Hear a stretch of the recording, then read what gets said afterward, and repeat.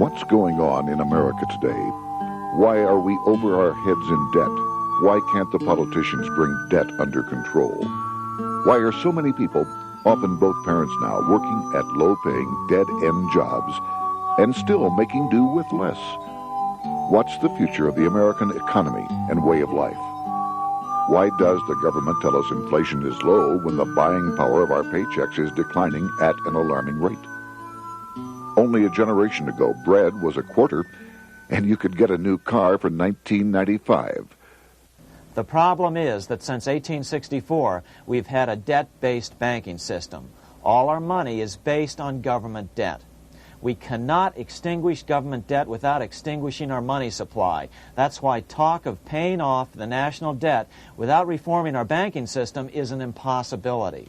That's why the solution does not lie in discussing the size of the national debt, rather it lies in reforming our banking system. This is the Federal Reserve headquarters in Washington. It sits on this very impressive address, right on Constitution Avenue, right across from the Lincoln Memorial. But is it federal? Is it really part of the United States government? Well, what we're about to show you is that there's nothing federal about the Federal Reserve, and there are no reserves. The name is a deception created back before the Federal Reserve Act was passed in 1913 to make Americans think that America's central bank operates in the public interest. The truth is that the Federal Reserve is a private bank owned by private stockholders and run purely for their private profit. That's exactly correct. The Fed is a privately owned for-profit corporation which, again, has no reserves, at least no reserves available to back up the Federal Reserve notes, which is our common currency. Oh, absolutely. The Federal Reserve is neither federal and has doubtful reserves. It's a private bank that is owned by member banks. And it was chartered under the guise of deceit by an act of Congress in 1913. If there's still any doubt whether the Federal Reserve is a part of the U.S. government, check your local telephone book. In most cities, it is not listed in the blue government pages. It is listed in the business white pages right next to Federal Express, another private company. But more directly, U.S. courts have ruled time and time again that the Fed is a private corporation.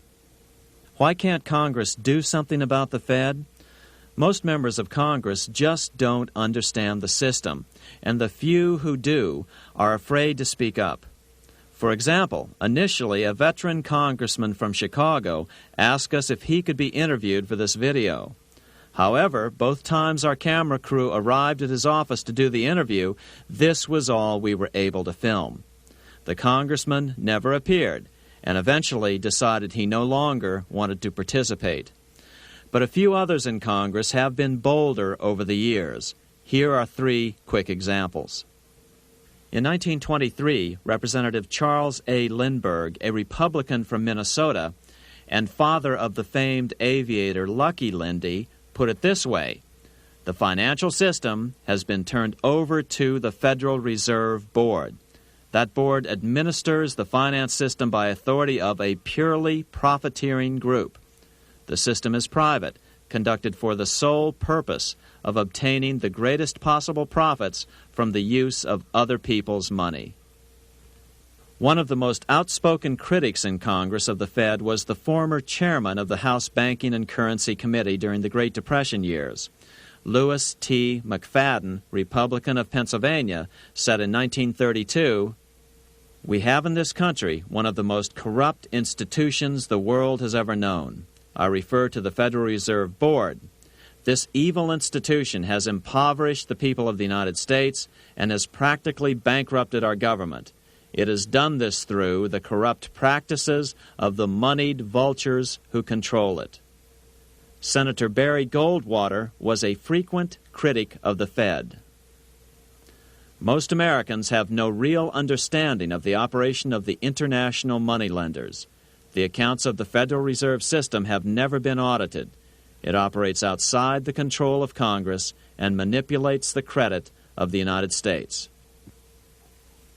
The Federal Reserve really, even though it is not part of the federal government, It is more powerful than the federal government. It's more powerful than the president, the Congress, and the courts. Now, a lot of people challenge me on that, but let me prove my case. The Federal Reserve determines what the average person's car payment is going to be, what their house payment is going to be, and whether they have a job or not. And I submit to you that that's total control. And the Federal Reserve is the largest single creditor of the United States government. What does Proverbs tell us? The borrower is servant to the lender. What one has to understand is that from the day the Constitution was adopted right up to today, the folks who profit from privately owned central banks, as Madison called them, the money changers, have fought a running battle for control over who gets to print America's money. Why is who prints the money so important? Think of money as just another commodity. If you have a monopoly on a commodity that everyone needs, everyone wants, and nobody has enough of, there are lots of ways to make a profit, and also exert tremendous political influence. That's what this battle is all about. Throughout the history of the United States, the money power has gone back and forth between Congress and some sort of privately owned central bank. The Founding Fathers knew the evils of a privately owned central bank. First of all, they had seen how the privately owned British central bank, the Bank of England, had run up the British national debt to such an extent that Parliament had been forced to place unfair taxes on the American colonies. In fact, as we'll see later, Ben Franklin claimed that this was the real cause of the American Revolution. Most of the Founding Fathers realized the potential dangers of banking and feared bankers' accumulation of wealth and power. Jefferson put it this way: I sincerely believe that banking institutions are more dangerous to our liberties than standing armies. The issuing power should be taken from the banks and restored to the people to whom it properly belongs. That succinct statement of Jefferson is, in fact, the solution to all our economic problems today. It bears repeating. The issuing power should be taken from the banks and restored to the people to whom it properly belongs. James Madison, the main author of the Constitution, agreed. Interestingly, he called those behind the central bank scheme money changers. Madison strongly criticized their actions. History records that the money changers have used every form of abuse, intrigue, deceit, and violent means possible to maintain their control over governments by controlling money and its issuance. The battle over who gets to issue our money has been the pivotal issue throughout the history of the United States. Wars are fought over it, depressions are caused to acquire it. Yet after World War I, this battle was rarely mentioned in newspapers or history books. Why? By World War I, the money changers, with their dominant wealth, had seized control of most of the nation's press. Throughout U.S. history, this battle over who gets the power to issue our money has raged. In fact, it's changed hands back and forth 8 times since 1764. Yet this fact has virtually vanished from public view for over 3 generations behind a smokescreen emitted by Fed cheerleaders in the media. Until we stop talking about deficits and government spending and start talking about who controls how much money we have, it's all just a big shell game, a complete and utter deception. It won't matter if you pass an ironclad amendment to the Constitution mandating a balanced budget. Our situation is only going to get worse until we root out the cause at its source. What's the solution for our national problem? First of all, education. That's what this video presentation is all about. But secondly, we must act. We must take back the power to issue our own money. Issuing our own money is not a radical solution. I want to stress that. It's the same solution used at different points in U.S. history by men like Benjamin Franklin, Thomas Jefferson, Andrew Jackson, Martin Van Buren, and Abraham Lincoln. So, to sum it up, in 1913, Congress gave an independent central bank deceptively named the Federal Reserve, a monopoly over issuing America's money, and the debt generated by this quasi-private corporation is what is killing the American economy. Though the Federal Reserve is now the most powerful central bank in the world, it was not the first. So where did this idea come from? To really understand the magnitude of the problem, we have to travel back to Europe. Just who are these money changers James Madison spoke of? In the Bible, 2,000 years ago, Jesus drove the money changers from the temple. It was the only time Jesus used force during his ministry. What were money changers doing in the temple? When Jews came to Jerusalem to pay their temple tax, they could only pay it with a special coin, the half shekel of the sanctuary. This was a half ounce of pure silver about this size. It was the only coin around at that time which was pure silver and of assured weight without the image of a pagan emperor. Therefore, to Jews, the half shekel was the only coin acceptable to God. But these coins were not plentiful. The money changers had cornered the market on them. Then they raised the price, just like any other commodity, to whatever the market would bear. In other words, money changers were making exorbitant profits because they held a virtual monopoly on money. The Jews had to pay whatever they demanded. To Jesus, this totally violated the sanctity of God's house.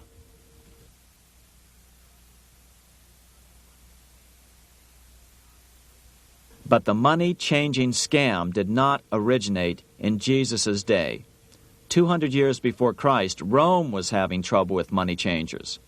2 early Roman emperors had tried to diminish the power of the money changers by reforming usury laws and limiting land ownership to 500 acres. They were both assassinated. In 48 B.C., Julius Caesar took back the power to coin money from the money changers and minted coins for the benefit of all. With this new, plentiful supply of money, he built great public works projects. By making money plentiful, Caesar won the love of the common man. But the money changers hated him. Some believe this was an important factor in Caesar's assassination. One thing is for sure, with the death of Caesar came the demise of plentiful money in Rome. Taxes increased, as did corruption. Just as in the case of America today, usury and debased coin became the rule. Eventually, the Roman money supply was reduced by 90%. As a result, the common people lost their lands and their homes, just as is about to happen soon in America. With the demise of plentiful money, the masses lost confidence in the Roman government and refused to support it. Rome plunged into the gloom of the Dark Ages.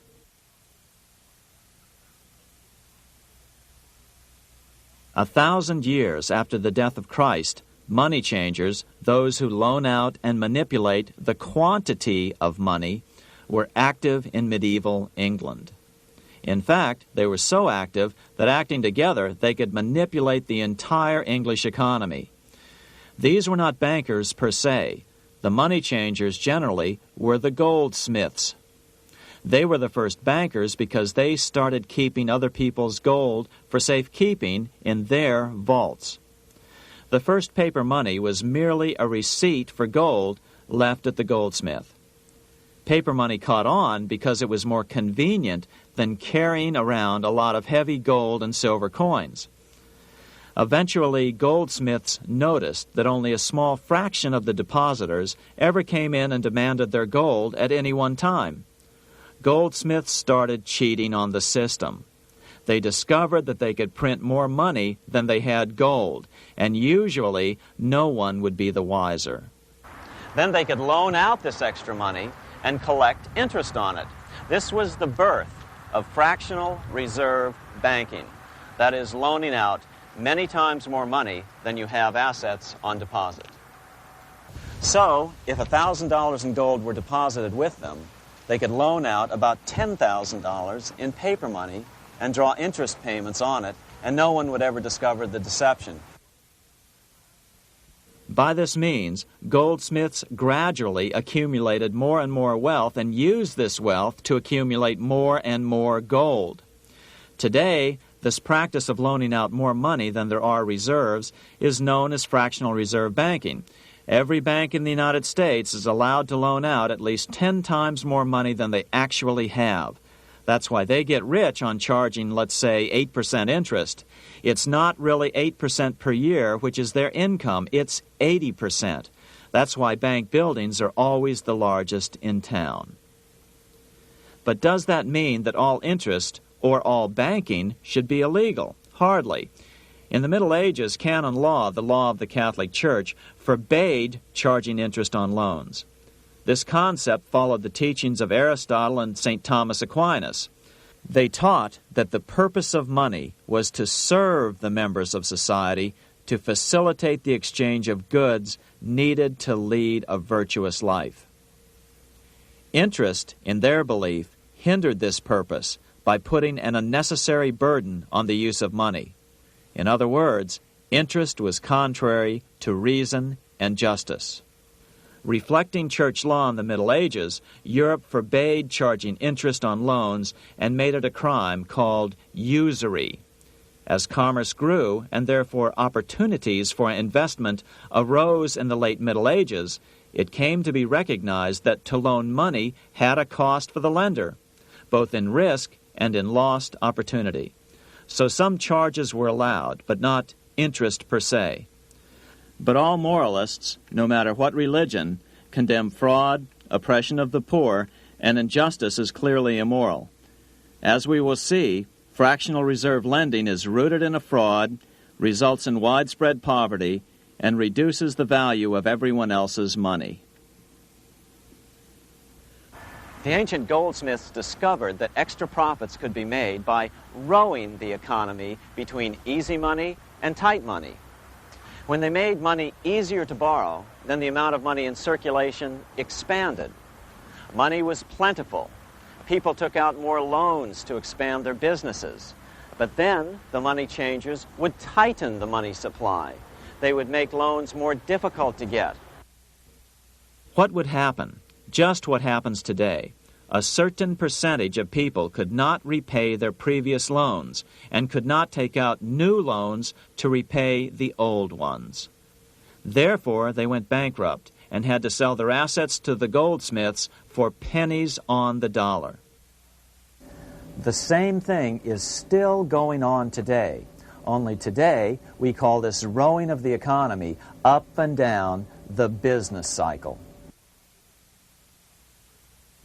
Like Julius Caesar, King Henry I of England finally resolved to take the money power away from the goldsmiths about 1100 A.D. Henry could have used anything as money, seashells, feathers, or even yak dung, as is often done in remote Tibetan provinces. But he invented one of the most unusual money systems in history. It was called the tally stick system.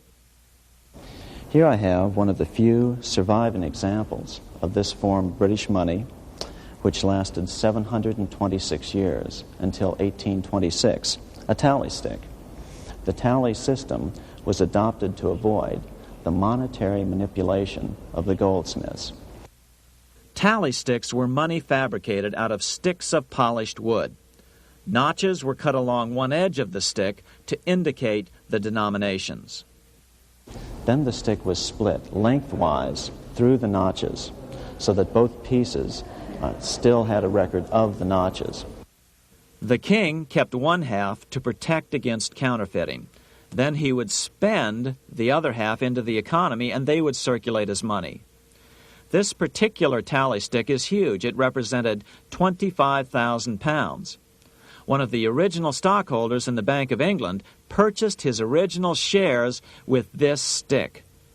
In other words, he bought shares in the world's richest and most powerful corporation with a stick of wood.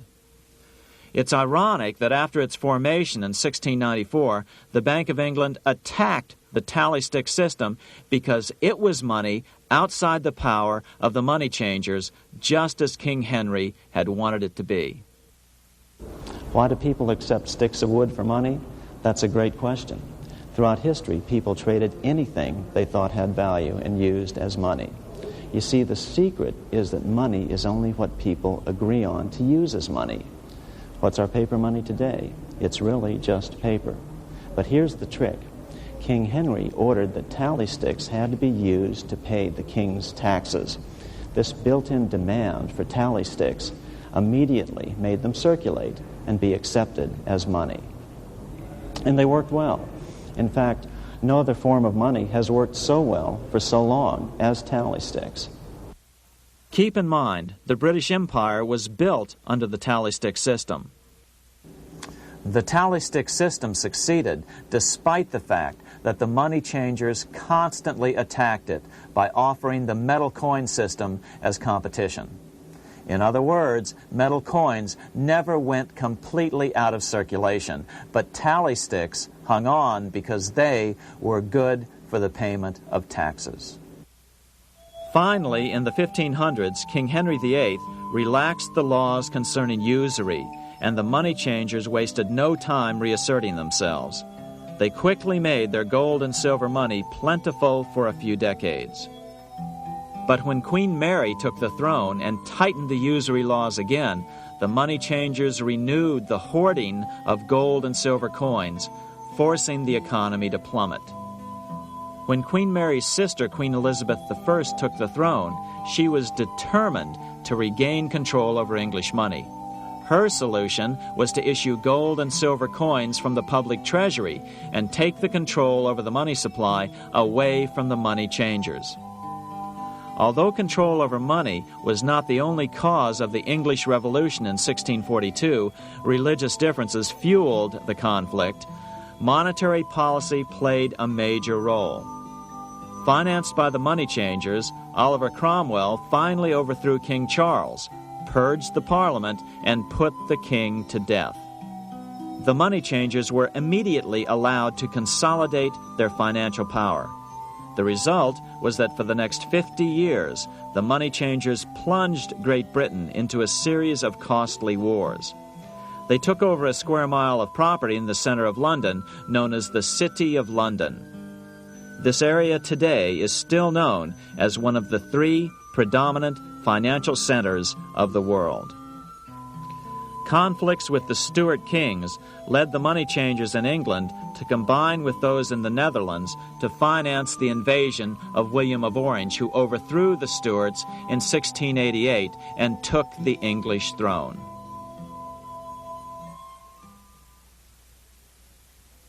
By the end of the 1600s, England was in financial ruin. 50 years of more or less continuous wars with France and Holland had exhausted her. Frantic government officials met with the money changers to beg for the loans necessary to pursue their political purposes. The price was high: a government-sanctioned, privately owned bank which could issue money created out of nothing. It was to be the modern world's first privately owned central bank, the Bank of England. Although it was deceptively called the Bank of England to make the general population think it was part of the government, it was not. Like any other private corporation, the Bank of England sold shares to get started. The investors, whose names were never revealed, were supposed to put up £1.25 million British pounds in gold coin to buy their shares in the bank, but only £750,000 was ever received. Despite that, the bank was duly chartered in 1694 and started out in the business of loaning out several times the money it supposedly had in reserves, all at interest. In exchange, the new bank would loan British politicians as much of the new currency as they wanted, as long as they secured the debt by direct taxation of the British people. So, legalization of the Bank of England amounted to nothing less than legal counterfeiting of a national currency for private gain. Unfortunately, nearly every nation now has a privately controlled central bank using the Bank of England as the basic model. Such is the power of these central banks that they soon take total control over a nation's economy. It soon amounts to nothing but a plutocracy, rule by the rich.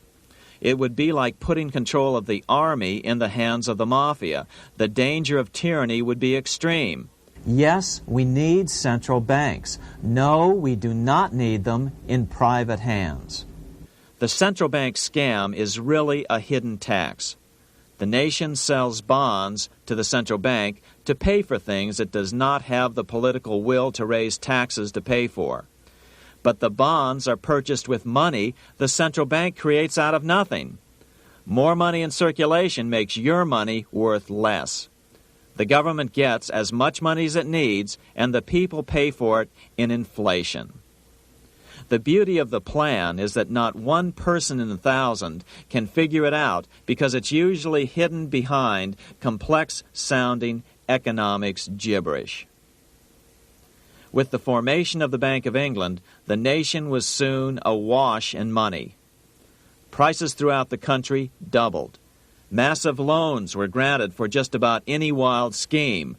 One venture proposed to drain the Red Sea to recover gold supposedly lost when the Egyptian army drowned pursuing Moses and the Israelites. By 1698, government debt grew from the initial £1.25 million to £16 million. Naturally, taxes were increased and then increased again to pay for all of this. With the British money supply firmly in their grip, the British economy began a wild roller coaster series of booms and depressions, exactly the sort of thing a central bank claims it is determined to prevent.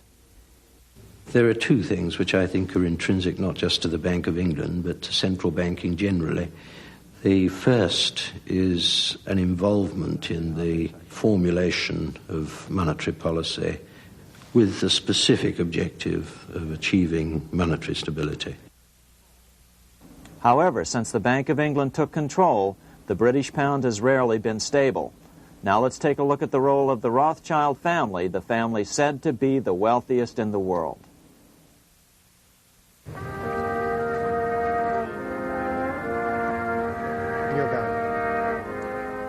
This is Frankfurt, Germany.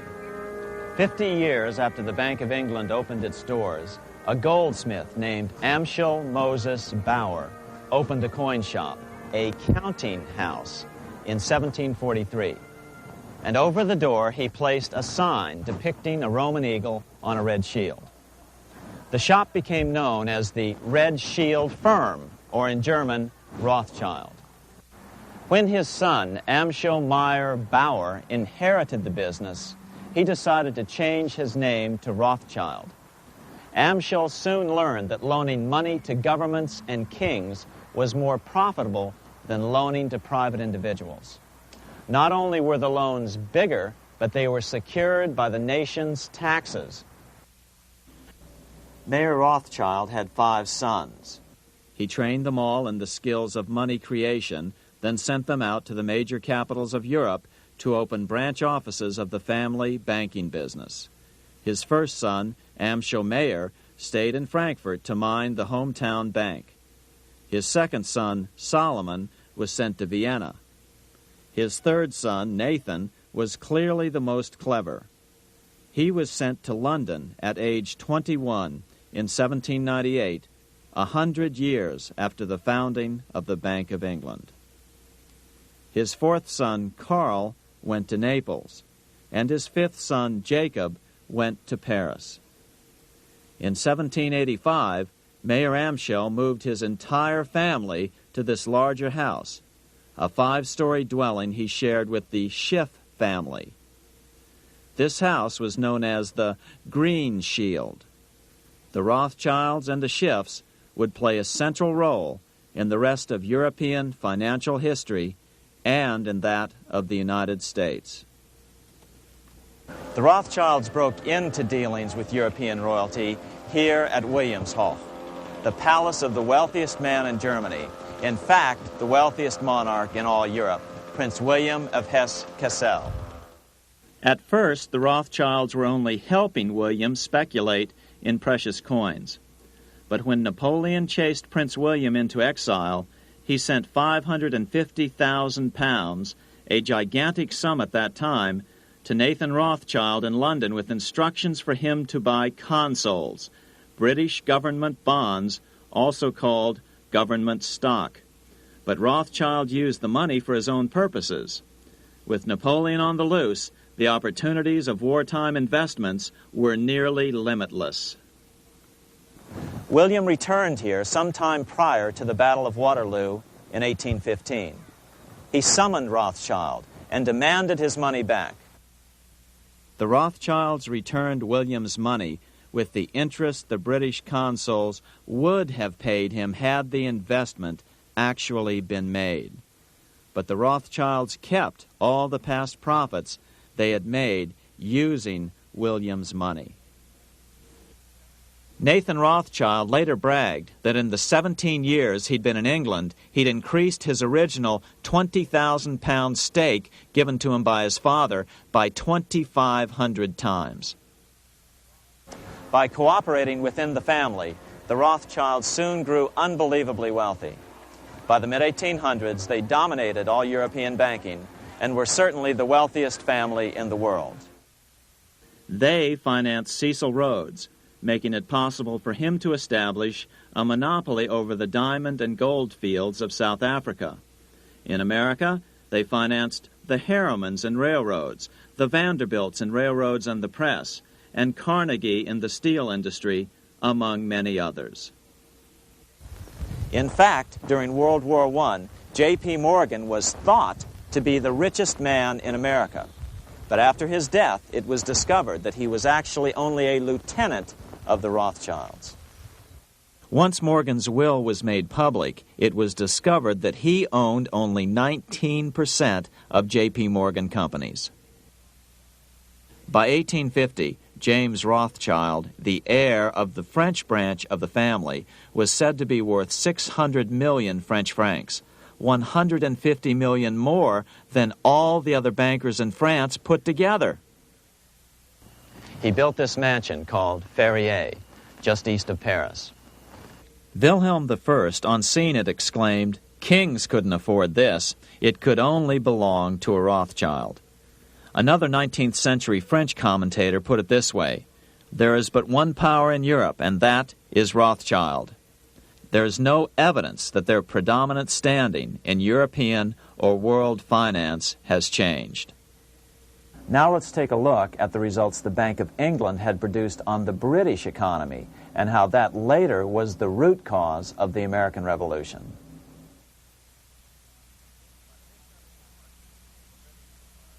By the mid-1700s, the British Empire was nearing its height of power around the world. But Britain had fought 4 costly wars in Europe since the creation of their privately owned central bank, the Bank of England. The cost had been high. To finance these wars, the British Parliament here had borrowed heavily from the bank. By the mid-1700s, the government's debt here in Britain was £140 million, a staggering sum for those days. Consequently, the British government embarked on a program of trying to raise revenues from their American colonies in order to make their interest payments to the bank. But in America, it was a different story. The scourge of a privately owned central bank had not yet hit. This is Independence Hall in Philadelphia, where the Declaration of Independence and Constitution were signed. In the mid-1700s, pre-revolutionary America was still relatively poor. There was a severe shortage of precious metal coins to trade for goods, so the early colonists were forced to experiment with printing their own homegrown paper money. Some of these experiments were successful. Franklin was a big supporter of the colonies printing their own paper money. In 1757, Franklin was sent to London. He ended up staying for the next 18 years here, nearly until the start of the American Revolution. During this period, the American colonies began to issue their own money. Called colonial scrip, the endeavor was very successful. It provided a reliable medium of exchange, and it also helped to provide a feeling of unity between the colonies. Remember, colonial scrip was just paper money, debt-free money, printed in the public interest, and not backed by gold or silver coin. In other words, it was a totally fiat currency. One day, officials of the Bank of England asked Franklin how he would account for the newfound prosperity of the colonies. Without hesitation, he replied, "That is simple. In the colonies, we issue our own money. It is called colonial scrip. We issue it in proper proportion to the demands of trade and industry to make the products pass easily from the producers to the consumers. In this manner, creating for ourselves our own paper money, we control its purchasing power, and we have no interest to pay to no one." This was just common sense to Franklin, but you can imagine the impact it had on the Bank of England. America had learned the secret of money, and that genie had to be returned to its bottle as soon as possible.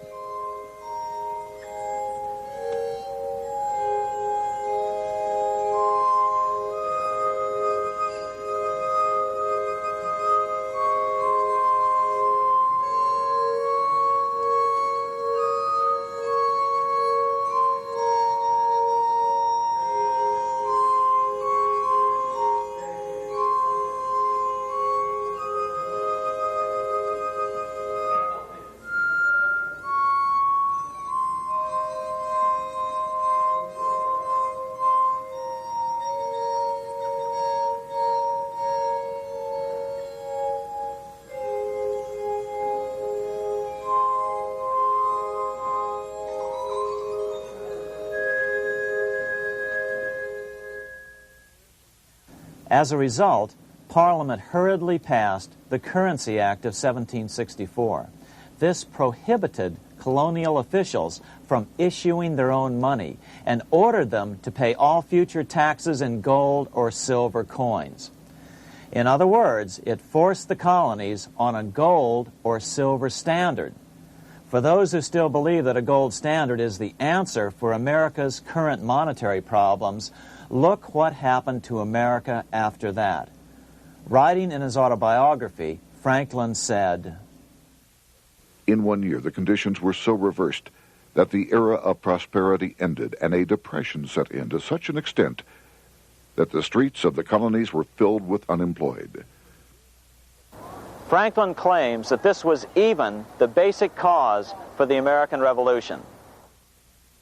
As Franklin put it in his autobiography, The colonies would gladly have borne a little tax on tea and other matters had it not been that England took away from the colonies their money, which created unemployment and dissatisfaction.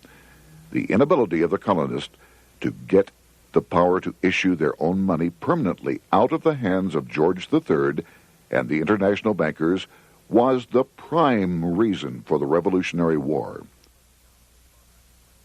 by the time the first shots were fired in Lexington, Massachusetts, on April 19, 1775, the colonies had been drained of gold and silver coin by British taxation. As a result, the Continental government had no choice but to print money to finance the war. At the start of the Revolution, the U.S. money supply stood at $12 million. By the end of the war, it was nearly $500 million. As a result, the currency was virtually worthless. Shoes sold for $5,000 a pair. Colonial scrip had worked because just enough was issued to facilitate trade. As George Washington lamented, a wagon load of money will scarcely purchase a wagon load of provisions. Today, those who support a gold-backed currency point to this period during the Revolution to demonstrate the evils of a fiat currency. But remember, the same currency had worked so well 20 years earlier during times of peace that the Bank of England had Parliament outlaw it. Towards the end of the Revolution, the Continental Congress, meeting here at Independence Hall, grew desperate for money. In 1781, they allowed Robert Morris, their financial superintendent, to open a privately owned central bank. Incidentally, Morris was a wealthy man who had grown wealthier during the Revolution by trading in war materials. Called the Bank of North America, the new bank was closely modeled after the Bank of England. It was allowed to practice fractional reserve banking. That is, it could lend out money it didn't have, then charge interest on it. If you or I were to do that, we would be charged with fraud, a felony. The bank's charter called for private investors to put up $400,000 worth of initial capital. But when Morris was unable to raise the money, he brazenly used his political influence to have gold deposited in the bank, which had been loaned to America by France. He then loaned this money to himself and his friends to reinvest in shares of the bank. And, like the Bank of England, the bank was given a monopoly over the national currency. Soon the dangers became clear. The value of American currency continued to plummet. So, 4 years later, in 1785, the bank's charter was not renewed. The leader of the effort to kill the bank, William Findley of Pennsylvania, explained the problem this way, quote, "This institution, having no principle but that of avarice, will never be varied in its object, to engross all the wealth, power, and influence of the state."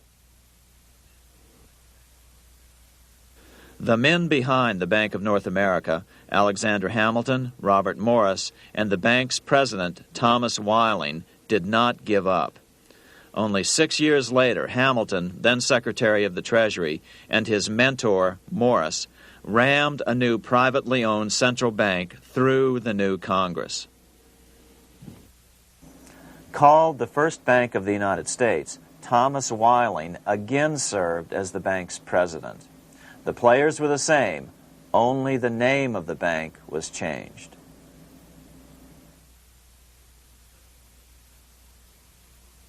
In 1787, colonial leaders assembled in Philadelphia to replace the ailing Articles of Confederation. As we saw earlier, both Thomas Jefferson and James Madison were unalterably opposed to a privately owned central bank. They had seen the problems caused by the Bank of England. They wanted nothing of it. As Jefferson later put it, "If the American people ever allow private banks to control the issue of their currency, first by inflation, then by deflation, the banks and the corporations which grow up around them will deprive the people of all property until their children wake up homeless on the continent their fathers conquered." During the debate over the future monetary system, another one of the founding fathers, Gouverneur Morris, castigated the motivations of the owners of the Bank of North America. Gouverneur Morris headed the committee that wrote the final draft of the Constitution. Morris knew the motivations of the bank well. Along with his old boss, Robert Morris, Gouverneur Morris and Alexander Hamilton were the ones who had presented the original plan for the Bank of North America to the Continental Congress in the last year of the Revolution. In a letter he wrote to James Madison on July 2nd, 1787, Gouverneur Morris revealed what was really going on. "The rich will strive to establish their dominion and enslave the rest. They always did. They always will. They will have the same effect here as elsewhere if we do not, by the power of government, keep them in their proper spheres."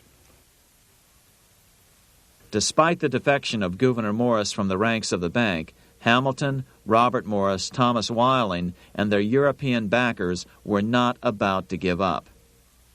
They convinced the bulk of the delegates to the Constitutional Convention to not give Congress the power to issue paper money. Most of the delegates were still reeling from the wild inflation of the paper currency during the Revolution. They had forgotten how well colonial scrip had worked before the war. But the Bank of England had not. The money changers could not stand to have America printing her own money again. So the Constitution is silent on the matter. This grievous defect left the door wide open for the money changers, just as they had planned.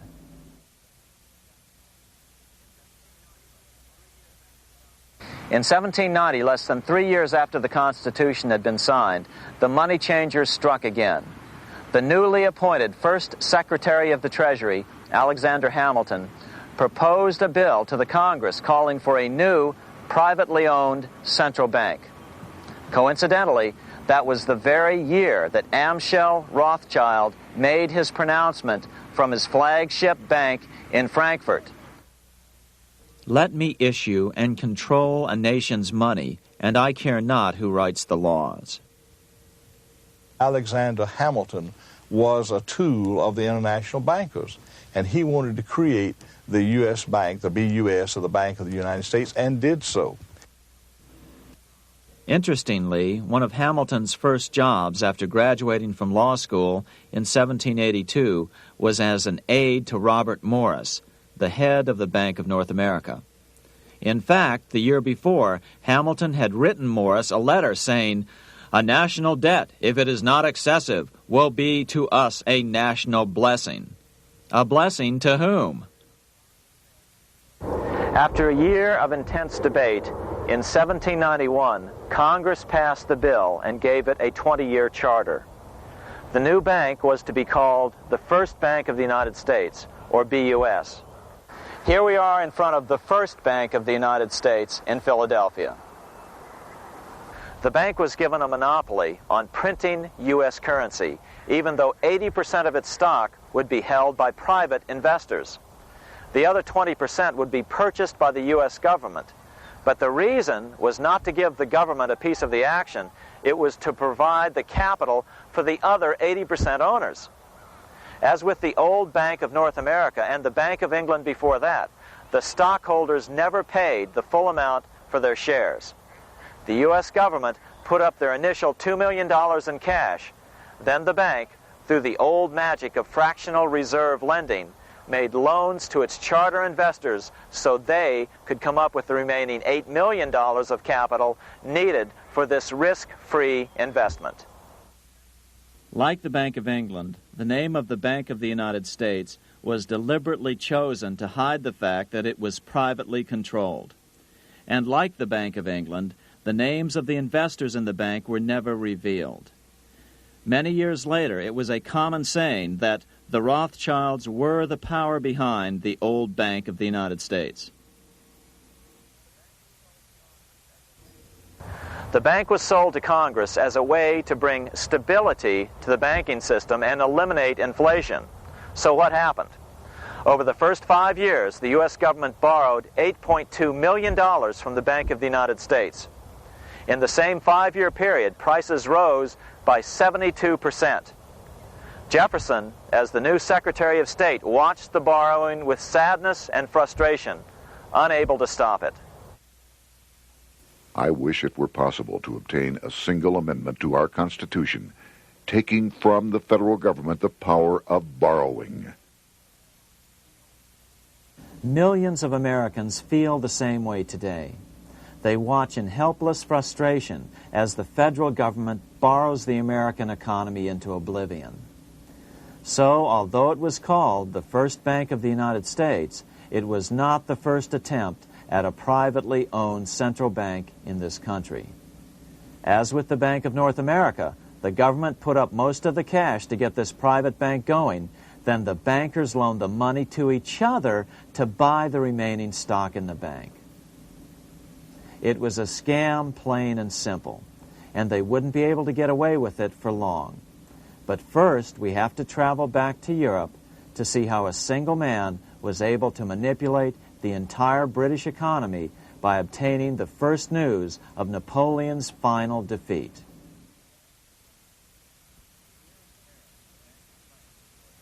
Here in Paris, the Bank of France was organized in 1800, just like the Bank of England. But Napoleon decided France had to break free of debt, and he never trusted the Bank of France. He declared that when a government is dependent upon bankers for money, the bankers, not the leaders of the government, are in control.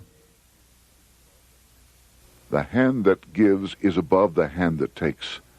Money has no motherland. Financiers are without patriotism and without decency. Their sole object is gain. Back in America, unexpected help was about to arrive. In 1800, Thomas Jefferson narrowly defeated John Adams to become the third president of the United States. By 1803, Jefferson and Napoleon had struck a deal. The U.S. would give Napoleon $3 million in gold in exchange for a huge chunk of territory west of the Mississippi River, the Louisiana Purchase. With that $3 million, Napoleon quickly forged an army and set off across Europe, conquering everything in his path. But the Bank of England quickly rose to oppose him. They financed every nation in his path, reaping the enormous profits of war. Prussia, Austria, and finally Russia all went heavily into debt in a futile attempt to stop Napoleon. 4 years later, with the main French army in Russia, 30-year-old Nathan Rothschild, the head of the London office of the Rothschild family, personally took charge of a bold plan to smuggle a much-needed shipment of gold right through France to finance an attack by the Duke of Wellington from Spain. Nathan later bragged at a dinner party in London that it was the best business he'd ever done. Little did he know that he would do much better business in the near future.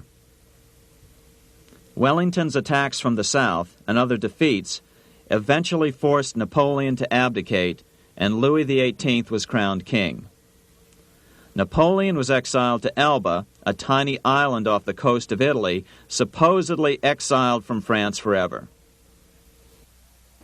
While Napoleon was in exile on Elba, temporarily defeated by England with the financial help of the Rothschilds, America was trying to break free of its central bank as well.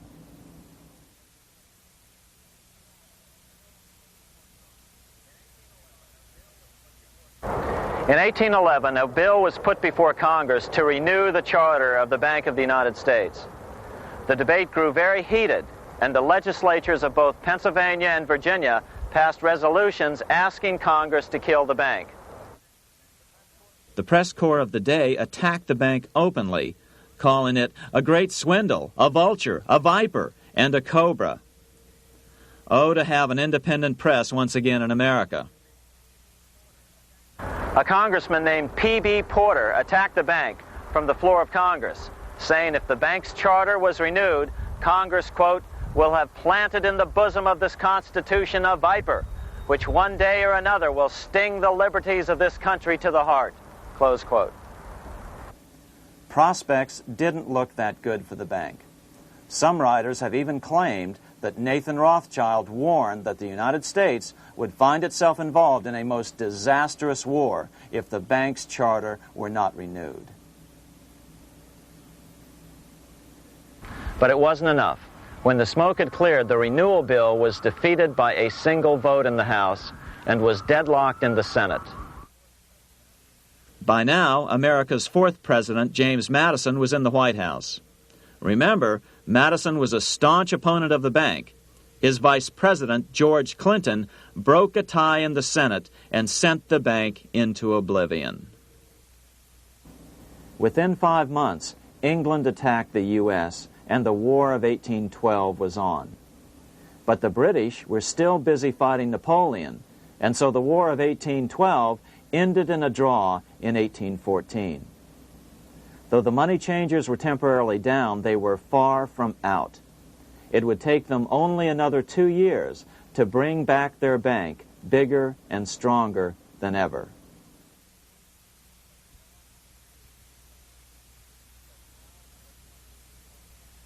But now let's return to Napoleon, because nothing else in history more aptly demonstrates the ingenuity of the Rothschild family than their control of the British stock market after Waterloo. In 1815, a year after the end of the War of 1812 in America, Napoleon escaped his exile and returned to Paris. French troops were sent out to capture him, but such was his charisma that the soldiers rallied around their old leader and hailed him as their emperor once again. In March of 1815, Napoleon equipped an army which Britain's Duke of Wellington defeated less than 90 days later at Waterloo. Some writers claim Napoleon borrowed £5 million from the Bank of England to rearm, but it appears these funds actually came from the Onward banking house in Paris. Nevertheless, from about this point on, it was not unusual for privately controlled central banks to finance both sides in a war. Why would a central bank finance opposing sides in a war? Because war is the biggest debt generator of them all.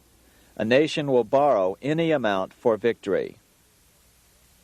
The ultimate loser is loaned just enough to hold out the vain hope of victory, and the ultimate winner is given enough to win. Besides, such loans are usually conditioned upon the guarantee that the victor will honor the debts of the vanquished.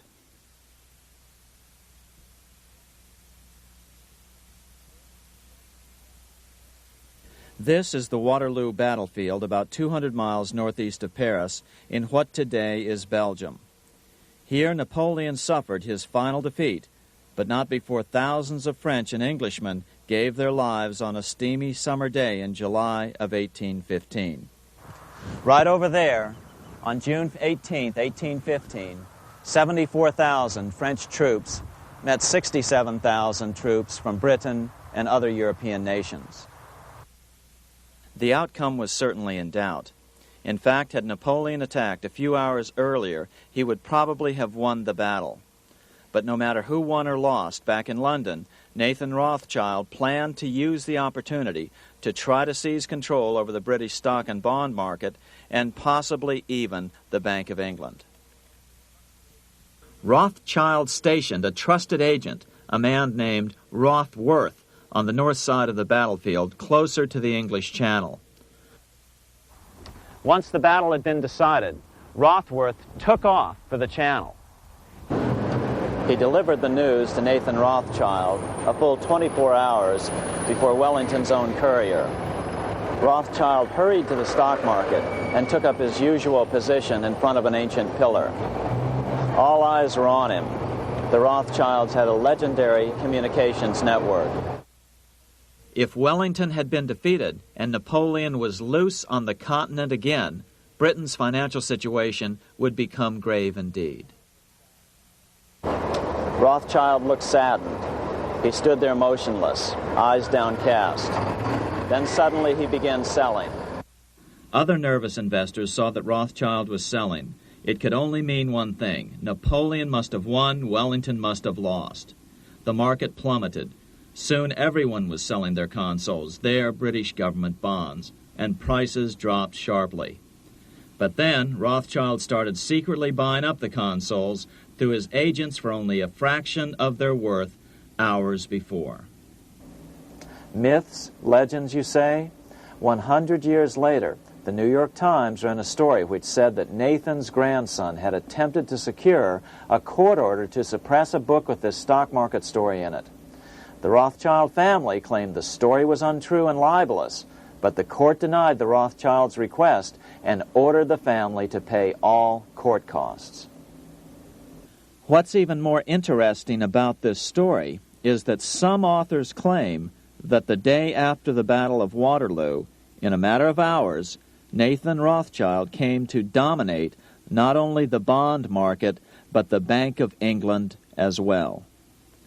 Whether or not the Rothschild family seized control of the Bank of England, the first privately owned central bank in a major European nation and the wealthiest, one thing is certain. By the mid-1800s, the Rothschilds were the richest family in the world, bar none. They dominated the new government bond markets and branched into other banks and industrial concerns. In fact, the rest of the 19th century was known as the Age of the Rothschilds. Despite this overwhelming wealth, the family has generally cultivated an aura of invisibility. Although the family controls scores of industrial, commercial, mining, and tourist corporations, only a handful bear the Rothschild name. By the end of the 19th century, one expert estimated that the Rothschild family controlled half the wealth of the world. Whatever the extent of their vast wealth, it is reasonable to assume that their percentage of the world's wealth has increased since then. But since the turn of the century, the Rothschilds have cultivated the notion that their power has somehow waned even as their wealth increases.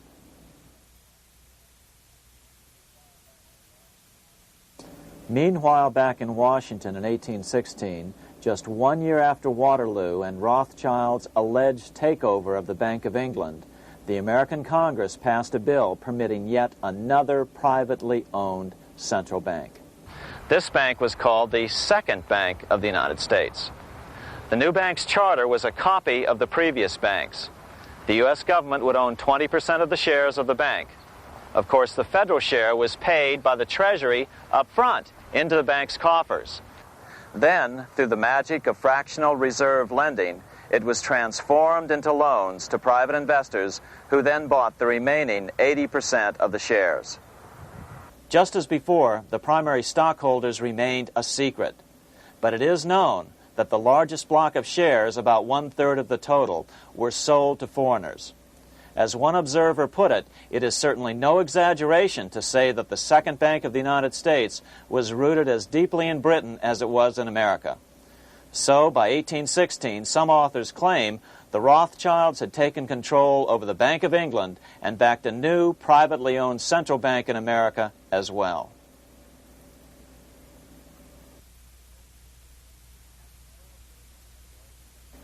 After 12 years of manipulations of the U.S. economy on the part of the Second Bank of the U.S., the American people had had just about enough. Opponents of the bank nominated a dignified senator from Tennessee, Andrew Jackson, the hero of the Battle of New Orleans, to run for president. This is his home, the Hermitage. No one gave Jackson a chance initially.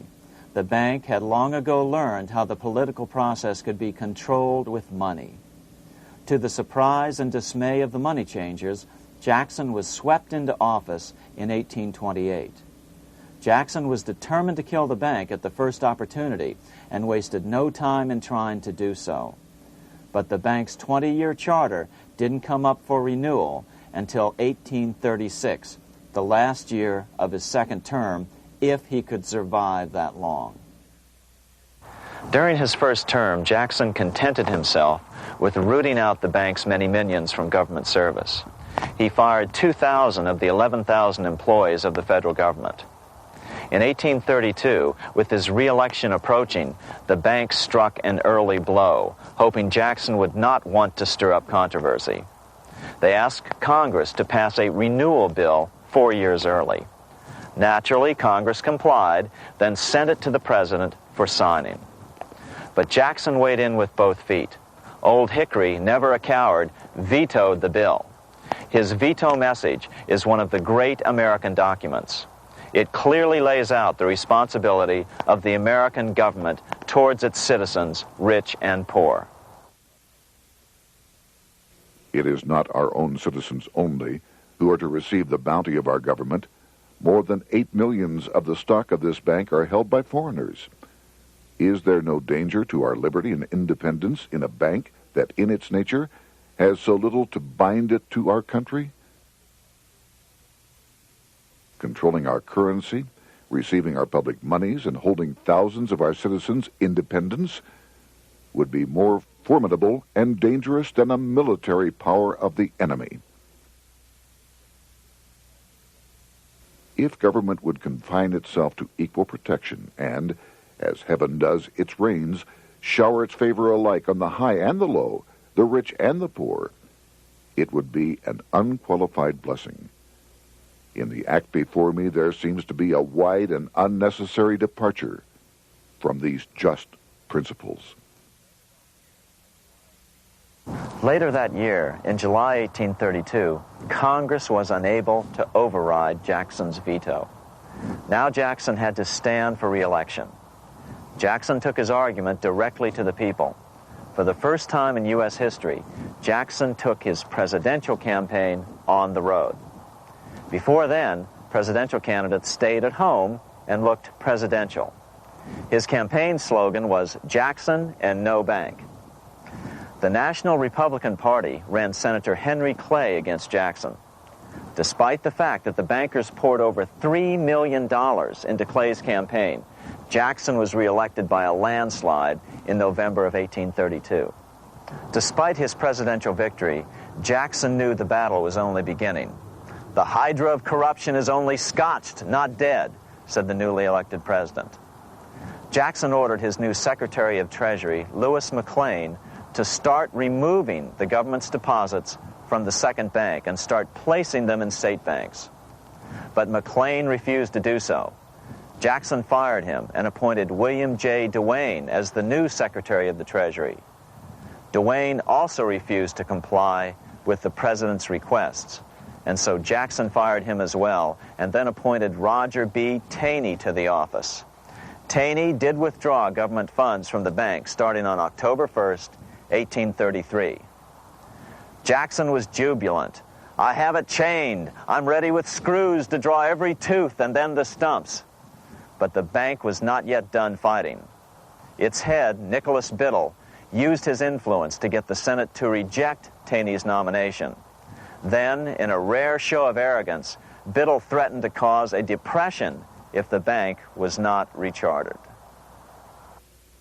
This worthy president thinks that because he has scalped Indians and imprisoned judges, he is to have his way with the bank. He is mistaken. Next, in an unbelievable fit of honesty for a central banker, Biddle admitted that the bank was going to make money scarce to force Congress to restore the bank. Nothing but widespread suffering will produce any effect on Congress. Our only safety is in pursuing a steady course of firm restriction, and I have no doubt that such a course will ultimately lead to restoration of the currency and the recharter of the bank. What a stunning revelation. Here was the pure truth, revealed with shocking clarity. Biddle intended to use the money contraction power of the bank to cause a massive depression until America gave in. Unfortunately, this has happened time and time again throughout U.S. history and is about to happen again in today's world. Nicholas Biddle made good on his threat. The bank sharply contracted the money supply by calling in old loans and refusing to extend new ones. A financial panic ensued, followed by a deep depression. Naturally, Biddle blamed Jackson for the crash, saying that it was caused by the withdrawal of federal funds from the bank. Unfortunately, his plan worked well. Wages and prices sagged. Unemployment soared along with business bankruptcies. The nation quickly went into an uproar. Newspaper editors blasted Jackson in editorials. The bank threatened to withhold payments, which then could be made directly to key politicians for their support. Within only months, Congress assembled in what was called the panic session. 6 months after he had withdrawn funds from the bank, Jackson was officially censured by a resolution which passed the Senate by a vote of 26 to 20. It was the first time a president had ever been censured by Congress. Jackson lashed out at the bank. "You are a den of vipers. I intend to rout you out, and by eternal God, I will rout you out." America's fate teetered on a knife edge. If Congress could muster enough votes to override Jackson's veto, the bank would be granted another 20-year monopoly or more over America's money, time enough to consolidate its already great power. Then a miracle occurred. The governor of Pennsylvania came out supporting President Jackson and strongly criticized the bank. On top of that, Biddle had been caught boasting in public about the bank's plan to crash the economy. Suddenly, the tide shifted. In April of 1834, the House of Representatives voted 134 to 82 against rechartering the bank.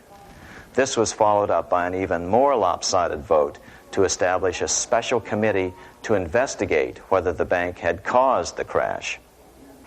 When the investigating committee arrived at the bank's door in Philadelphia, armed with a subpoena to examine the books, Biddle refused to give them up.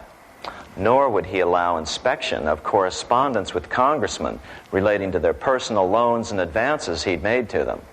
He also refused to testify before the committee back in Washington. On January 8th, 1835, Jackson paid off the final installment on the national debt, which had been necessitated by allowing the banks to issue currency for government bonds rather than simply issuing treasury notes without such debt. He was the only president to ever pay off the debt. A few weeks later, on January 30th, 1835, an assassin by the name of Richard Lawrence tried to shoot President Jackson, but by the grace of God, both pistols misfired. Lawrence was later found not guilty by reason of insanity. After his release, he bragged to friends that powerful people in Europe had put him up to the task and promised to protect him if he were caught. The following year, when its charter ran out, the Second Bank of the United States ceased functioning as the nation's central bank. Biddle was later arrested and charged with fraud. He was tried and acquitted, but died shortly thereafter while still tied up in civil suits. After his second term as president, Jackson retired here to the Hermitage outside of Nashville to live out his life. He is still remembered here for his determination to kill the bank. In fact, he killed it so well that it took the money changers 77 years to undo the damage. When asked what his most important accomplishment had been, Jackson replied, "I killed the bank." Unfortunately, even Jackson failed to grasp the entire picture and its root cause. Although Jackson had killed the central bank, the most insidious weapon of the money changers, fractional reserve banking, remained in use by the numerous state-chartered banks. This fueled economic instability in the years before the Civil War. Still, the central bankers were out, and as a result, America thrived as it expanded westward. During this time, the principal money changers struggled to regain their lost centralized power, but to no avail. Then, finally, they reverted to the old central bankers' formula: war to create debt and dependency. If they couldn't get their central bank any other way, America could be brought to its knees by plunging it into a civil war, just as they had done in 1812 after the first Bank of the United States was not rechartered. 1 month after the inauguration of Abraham Lincoln, the first shots of the American Civil War were fired here at Fort Sumter, South Carolina, on April 12, 1861. Certainly slavery was a cause for the Civil War, but not the primary cause. Lincoln knew that the economy of the South depended upon slavery, and so before the Civil War, he had no intention of eliminating it. Lincoln had put it this way in his inaugural address only 1 month earlier. I have no purpose, directly or indirectly, to interfere with the institution of slavery in the states where it now exists. I believe I have no lawful right to do so, and I have no inclination to do so. Even after the first shots were fired here at Fort Sumter, Lincoln continued to insist that the Civil War was not about the issue of slavery. My paramount objective is to save the Union, and it is not either to save or destroy slavery. If I could save the Union without freeing any slave, I would do it. So what was the Civil War all about? There were many factors at play. Northern industrialists had used protective tariffs to prevent the southern states from buying cheaper European goods.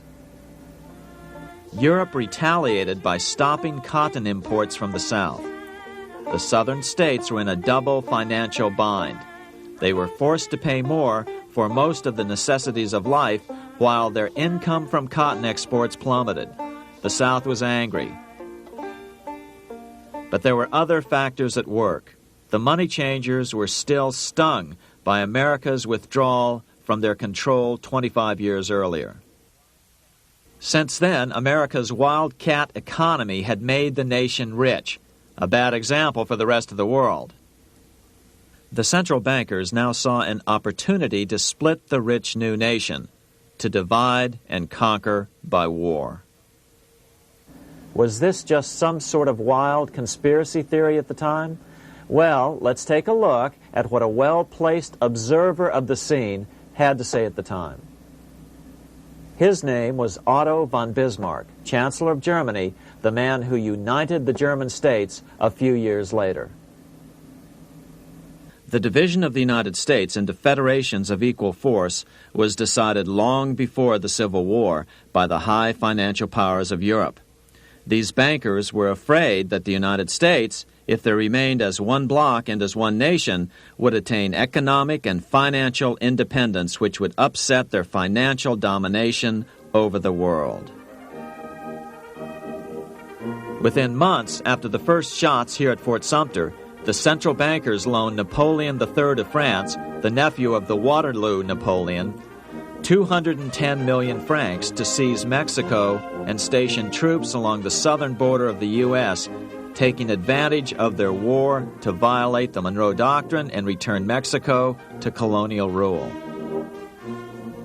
No matter what the outcome of the Civil War, a weakened America, heavily indebted to the money changers, would open up Central and South America once again to European colonization and domination. The very thing America's Monroe Doctrine had forbade in 1823. At the same time, Great Britain moved 11,000 troops into Canada and positioned them menacingly along America's northern border. The British fleet went to war alert should their quick intervention be called for. Lincoln knew he was in a double bind. That's why he agonized over the fate of the Union. There was a lot more to it than just differences between the North and the South. That's why his emphasis was always on union and not merely the defeat of the South. But Lincoln needed money to win. In 1861, Lincoln and his Secretary of Treasury, Salmon P. Chase, went to New York to apply for the necessary loans. The money changers, anxious to see the Union fail, offered loans at 24 to 36% interest. Lincoln said thanks, but no thanks, and returned to Washington.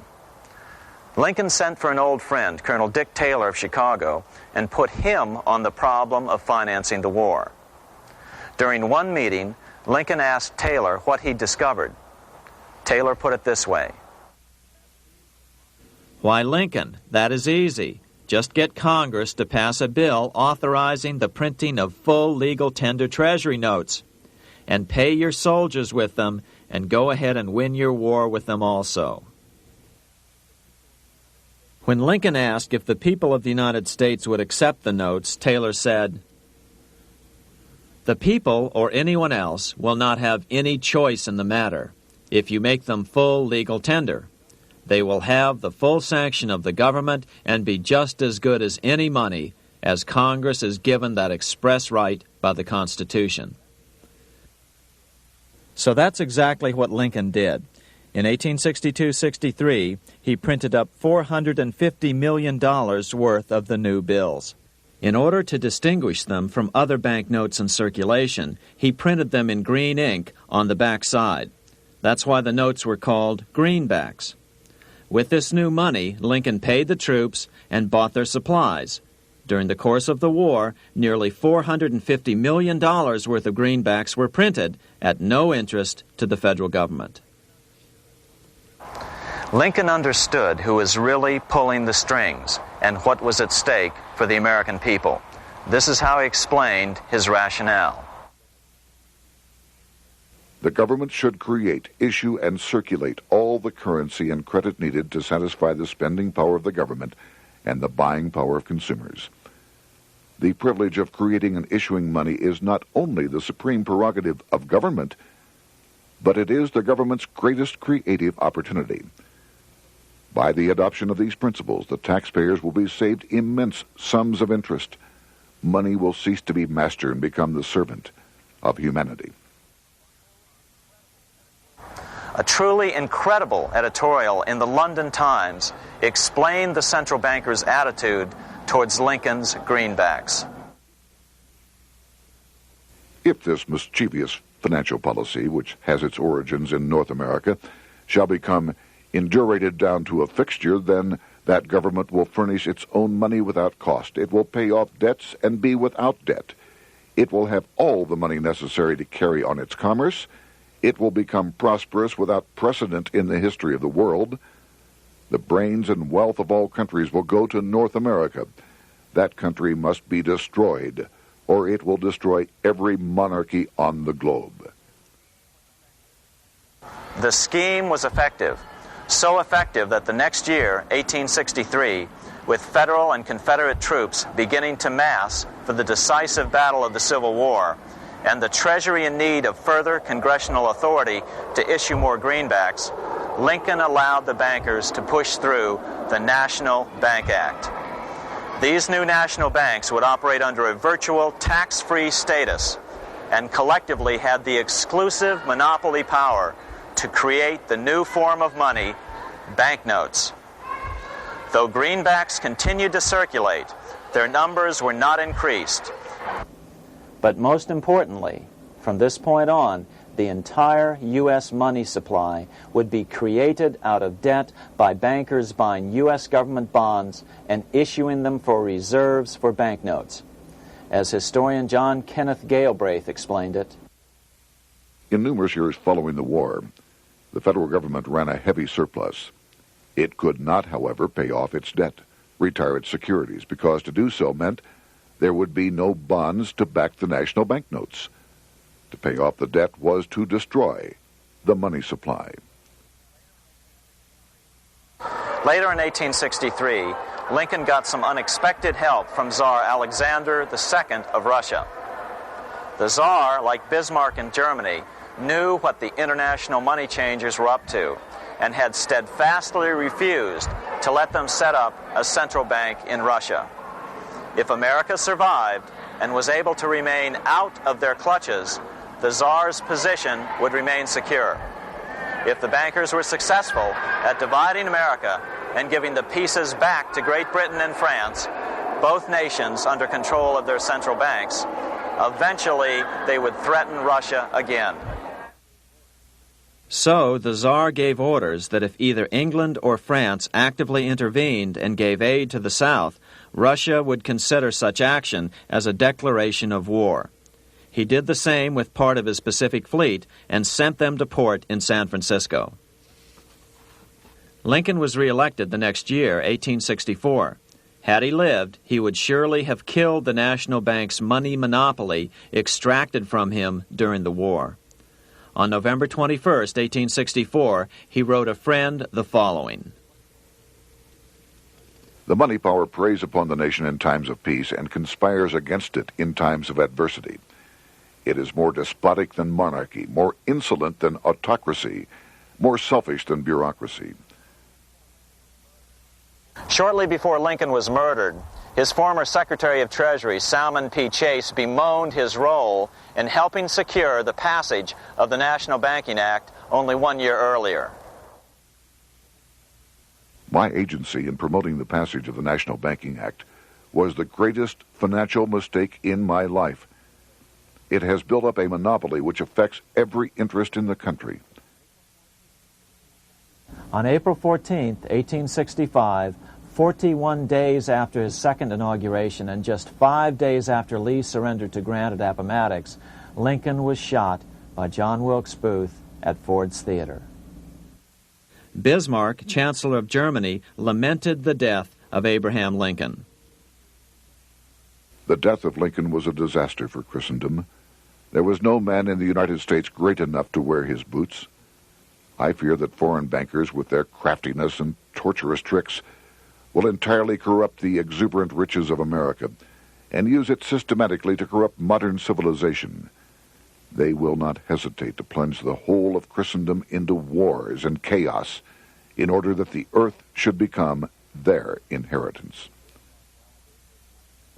Bismarck well understood the money changers' plan. Allegations that international bankers were responsible for Lincoln's assassination surfaced in Canada 70 years later in 1934. Gerald G. McGeer, a popular and well-respected Canadian attorney, revealed this stunning charge in a 5-hour speech before the Canadian House of Commons, blasting Canada's debt-based money system. Remember, it was 1934, the height of the Great Depression, which was ravaging Canada as well. McGeer had obtained evidence deleted from the public record, provided to him by Secret Service agents at the trial of John Wilkes Booth, after Booth's death. McGeer said it showed that Booth was a mercenary working for the international bankers. According to an article in the Vancouver Sun of May 2, 1934, Abraham Lincoln, the martyred emancipator of the slaves, was assassinated through the machinations of a group representative of the international bankers who feared the United States president's national credit ambitions. There was only one group in the world at that time who had any reason to desire the death of Lincoln. They were the men opposed to his national currency program and who had fought him throughout the whole Civil War on his policy of greenback currency. Interestingly, McGeer claimed that Lincoln was assassinated not only because international bankers wanted to reestablish a central bank in America, but because they also wanted to base America's currency on gold. Gold they controlled. In other words, put America on a gold standard. Lincoln had done just the opposite by issuing U.S. notes, greenbacks, which were based purely on the good faith and credit of the United States. The article quoted McGeer as saying, "They were the men interested in the establishment of the gold standard and the right of the bankers to manage the currency and credit of every nation in the world. With Lincoln out of the way, they were able to proceed with that plan and did proceed with it in the United States. Within 8 years after Lincoln's assassination, silver was demonetized and the gold standard money system set up in the United States." Not since Lincoln has the U.S. issued debt-free United States notes. These red-sealed bills, which were issued in 1963, were not a new issue from President Kennedy, but merely the old greenbacks reissued year after year. In another act of folly and ignorance, the 1994 Regal Act actually authorized the replacement of Lincoln's greenbacks with debt-based notes. In other words, greenbacks were in circulation in the United States until 1994. Why was silver bad for the bankers and gold good? Simple. Because silver was plentiful in the United States. It was very hard to control. Gold was, and always has been, scarce. Throughout history, it has been relatively easy to monopolize gold, but silver has historically been 15 times more plentiful. With Lincoln out of the way, the money changers' next objective was to gain complete control over America's money. This was no easy task. With the opening of the American West, silver had been discovered in huge quantities. On top of that, Lincoln's greenbacks were generally popular. Despite the European central bankers' deliberate attacks on greenbacks, they continued to circulate in the United States, in fact, until a few years ago. According to historian W. Cleon Skousen, right after the Civil War, there was considerable talk about reviving Lincoln's brief experiment with the constitutional monetary system. Had not the European Money Trust intervened, it would have no doubt become an established institution.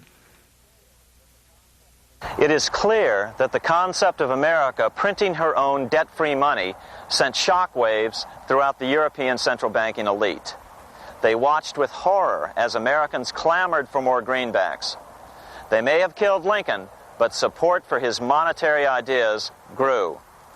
On April 12, 1866, nearly 1 year to the day of Lincoln's assassination, Congress went to work at the bidding of the European central banking interests. It passed the Contraction Act, authorizing the Secretary of the Treasury to begin to retire some of the greenbacks in circulation and thereby contract the money supply. Authors Theodore R. Thorin and Richard F. Warner explained the results of the money contraction in their classic book on the subject, The Truth in Money Book. The hard times which occurred after the Civil War could have been avoided if the greenback legislation had continued as President Lincoln had intended. Instead, there were a series of money panics, what we call recessions, which put pressure on Congress to enact legislation to place the banking system under centralized control. Eventually, the Federal Reserve Act was passed on December 23, 1913. In other words, the money changers wanted two things: the reinstitution of a central bank under their exclusive control, and two, an American currency backed by gold. Their strategy was twofold. First of all, cause a series of panics to try to convince the American people that only centralized control of the money supply could provide economic stability.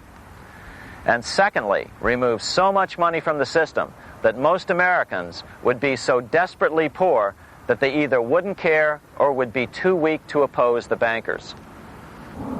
In 1866, there was $1.8 billion in currency in circulation in the United States, about $50.46 per capita. In 1867 alone, $500 million, $500 million, was removed from the U.S. money supply. 10 years later, in 1876, America's money supply was reduced to only $600 million. In other words, 2/3 of America's money had been called in by the bankers. Only $14.60 per capita remained in circulation. 10 years later, the money supply had been reduced to only $400 million, even though the population had boomed. The result was that only $6.67 per capita remained in circulation, a 760% loss in buying power over 20 years.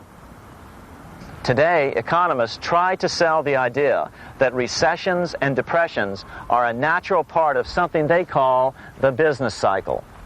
The truth is, our money supply is manipulated now just as it was before and after the Civil War. How did this happen? How did money become so scarce? Simple. Bank loans were called in and no new ones were given. In addition, silver coins were melted down. In 1872, a man named Ernest Sed was given 100,000 pounds, about $500,000, by the Bank of England and sent to America to bribe necessary congressmen to get silver demonetized. He was told that if that was not sufficient, to draw an additional 100,000 pounds or as much more as was necessary. The next year, Congress passed the Coinage Act of 1873, and the minting of silver dollars abruptly stopped. In fact, Representative Samuel Hooper, who introduced the bill in the House, acknowledged that Mr. Sed actually drafted the legislation. But it gets even worse than that. In 1874, Sed himself admitted who was behind the scheme. I went to America in the winter of 1872-73, authorized to secure, if I could, the passage of a bill demonetizing silver. It was in the interest of those I represented, the governors of the Bank of England, to have it done. By 1873, gold coins were the only form of coin money. But the contest over control of America's money was not yet over. Only 3 years later, in 1876, with 1/3 of America's workforce unemployed, the population was growing restless. People were clamoring for a return to the greenback money system of President Lincoln or a return to silver money, anything that would make money more plentiful. That year, Congress created the United States Silver Commission to study the problem. Their report clearly blamed the monetary contraction on the national bankers. The report is interesting because it compares the deliberate money contraction by the national bankers after the Civil War to the fall of the Roman Empire. The disaster of the Dark Ages was caused by decreasing money and falling prices. Without money, civilization could not have had a beginning, and with a diminishing supply, it must languish, and unless relieved, finally perish. At the Christian era, the metallic money of the Roman Empire amounted to $1,800,000,000. By the end of the 15th century, it had shrunk to less than $200 million. History records no other such disastrous transition as that from the Roman Empire to the Dark Ages.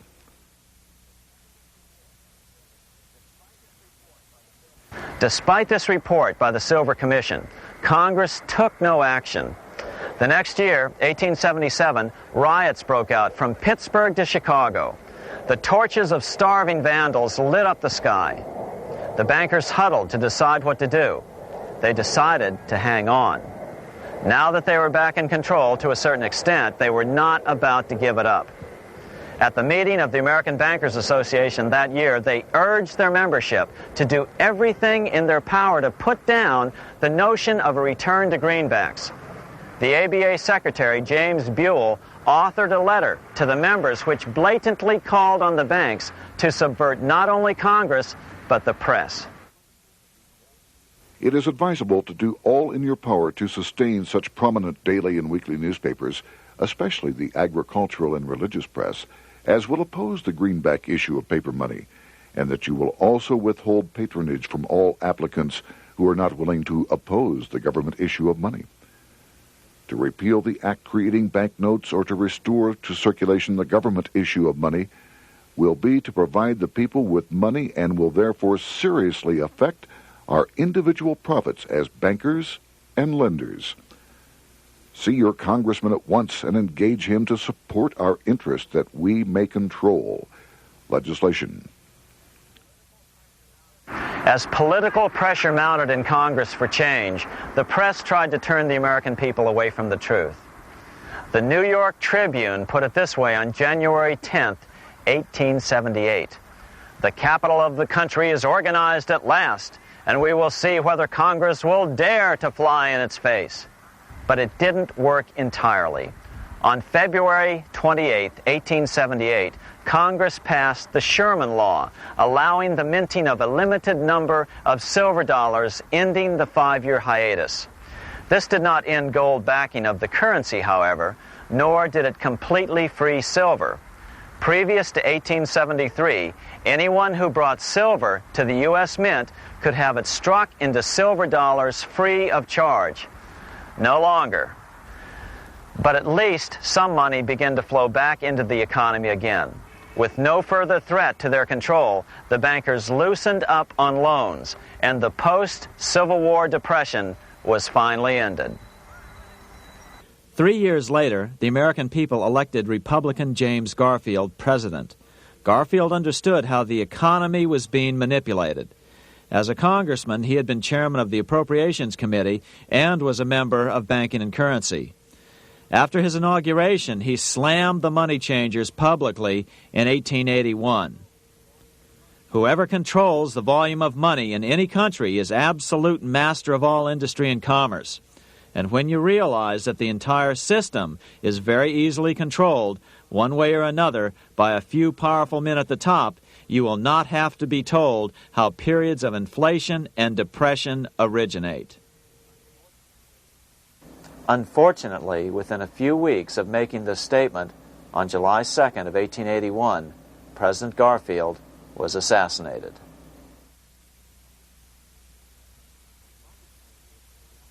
The money changers were gathering strength fast.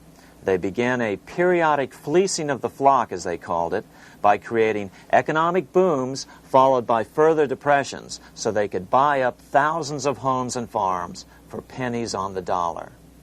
In 1891, the money changers prepared to take the American economy down again, and their methods and motives were laid out with shocking clarity in a memo sent out by the American Bankers Association, the ABA, an organization in which most bankers were members.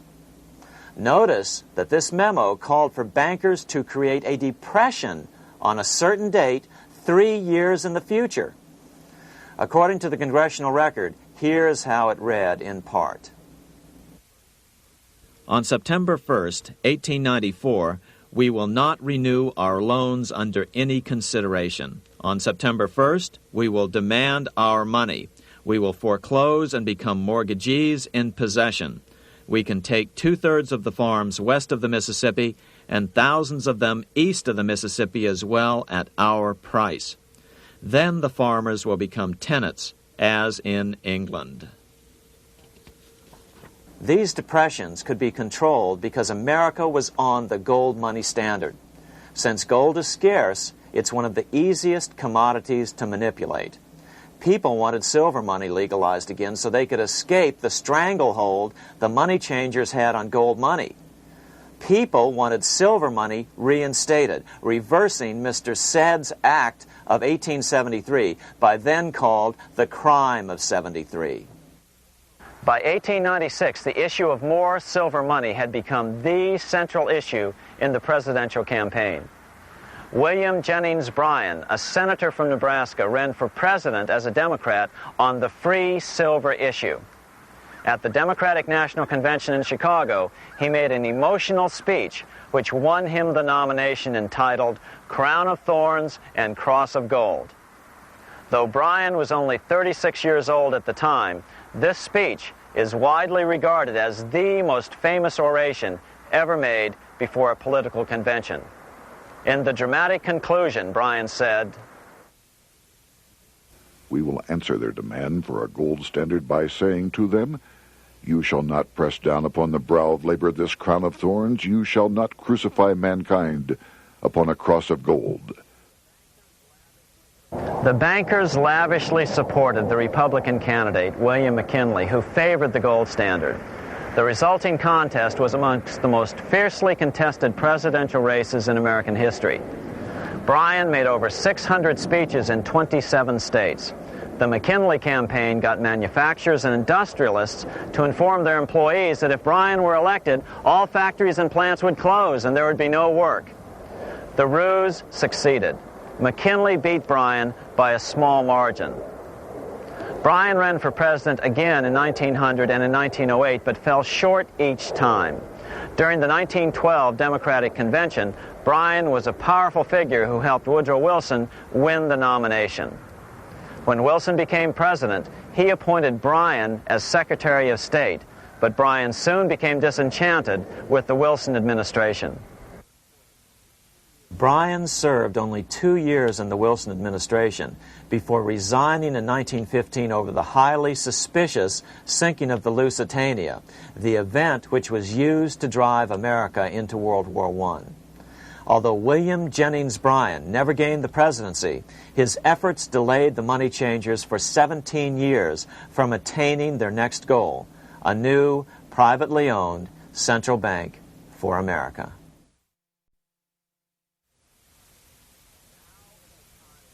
Now it was time for the money changers to get back to the business of a new private central bank for America. During the early 1900s, men like J.P. Morgan led the charge. One final panic would be necessary to focus the nation's attention on the supposed need for a central bank. The rationale was that only a central bank can prevent bank failures. Morgan was clearly the most powerful banker in America and a suspected agent for the Rothschilds. Morgan had helped finance John D. Rockefeller's Standard Oil empire. He had also helped finance the monopolies of Edward Harriman in railroads, of Andrew Carnegie in steel, and of others in numerous industries. But on top of that, J.P. Morgan's father, Junius Morgan, had been America's financial agent to the British. After his father's death, J.P. Morgan took on a British partner, Edward Grenfell, a longtime director of the Bank of England. In fact, upon Morgan's death, his estate contained only a few $1 million. The bulk of the securities most people thought he owned were in fact owned by others.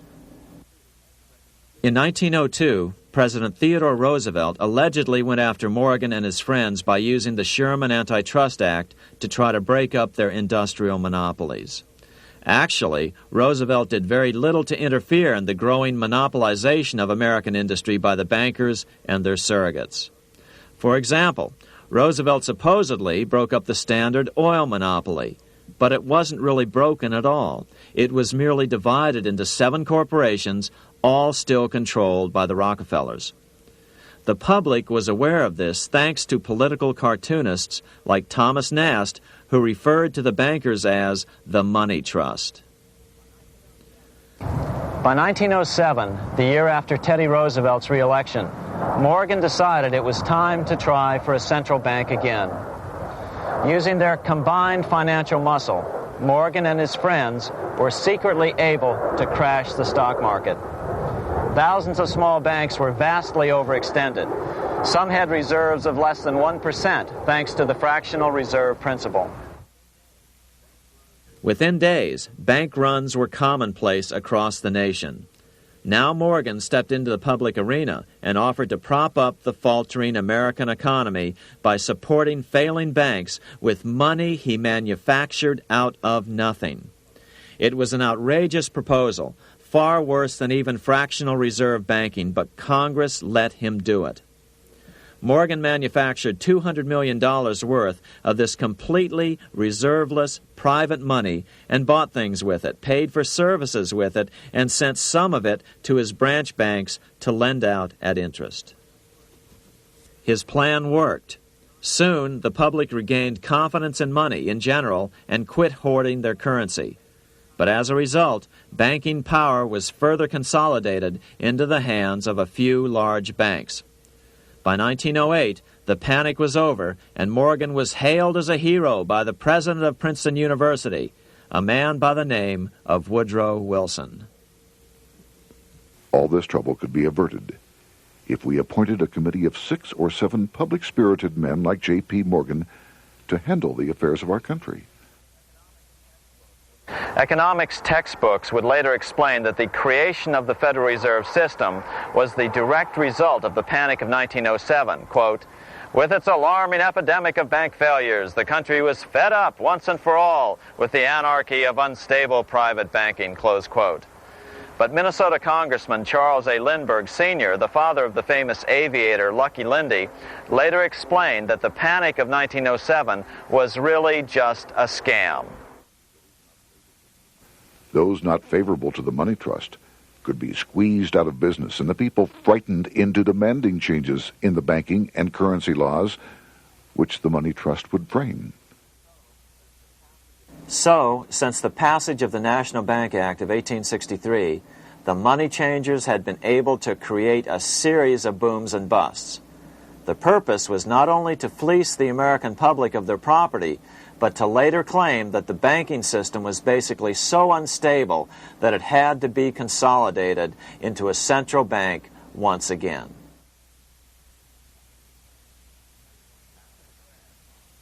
After the crash, Teddy Roosevelt, in response to the panic of 1907, signed into law a bill creating something called the National Monetary Commission.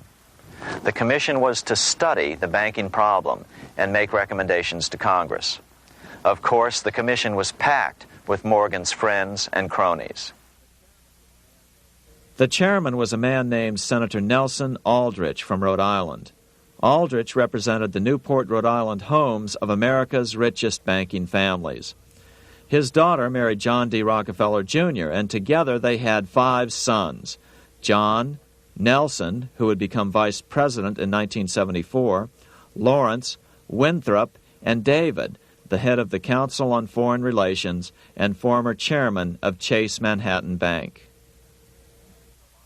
As soon as the National Monetary Commission was set up, Senator Aldrich immediately embarked on a 2-year tour of Europe, where he consulted at length with the private central bankers in England, France, and Germany. The total cost of his trip alone to the taxpayers was $300,000, an astronomical sum in those days. Shortly after his return, on the evening of November 22, 1910, some of the wealthiest and most powerful men in America boarded Senator Aldrich's private rail car and in the strictest secrecy journeyed to this place, Jekyll Island, off the coast of Georgia. With the group came Paul Warburg. Warburg had been given a $500,000 per year salary to lobby for the passage of a privately owned central bank in America by the investment firm Kuhn, Loeb and Company. Warburg's partner in this firm was a man named Jacob Schiff, the grandson of the man who shared the Greenshield house with the Rothschild family in Frankfurt. Schiff, as we'll find out later, was in the process of spending $20 million to finance the overthrow of the Tsar in Russia. These three European banking families, the Rothschilds, the Warburgs, and the Schiffs, were interconnected by marriage down through the years, just as their American banking counterparts, the Morgans, Rockefellers, and Aldriches were. Secrecy was so tight that all 7 primary participants were cautioned to use only first names to prevent servants from learning their identities.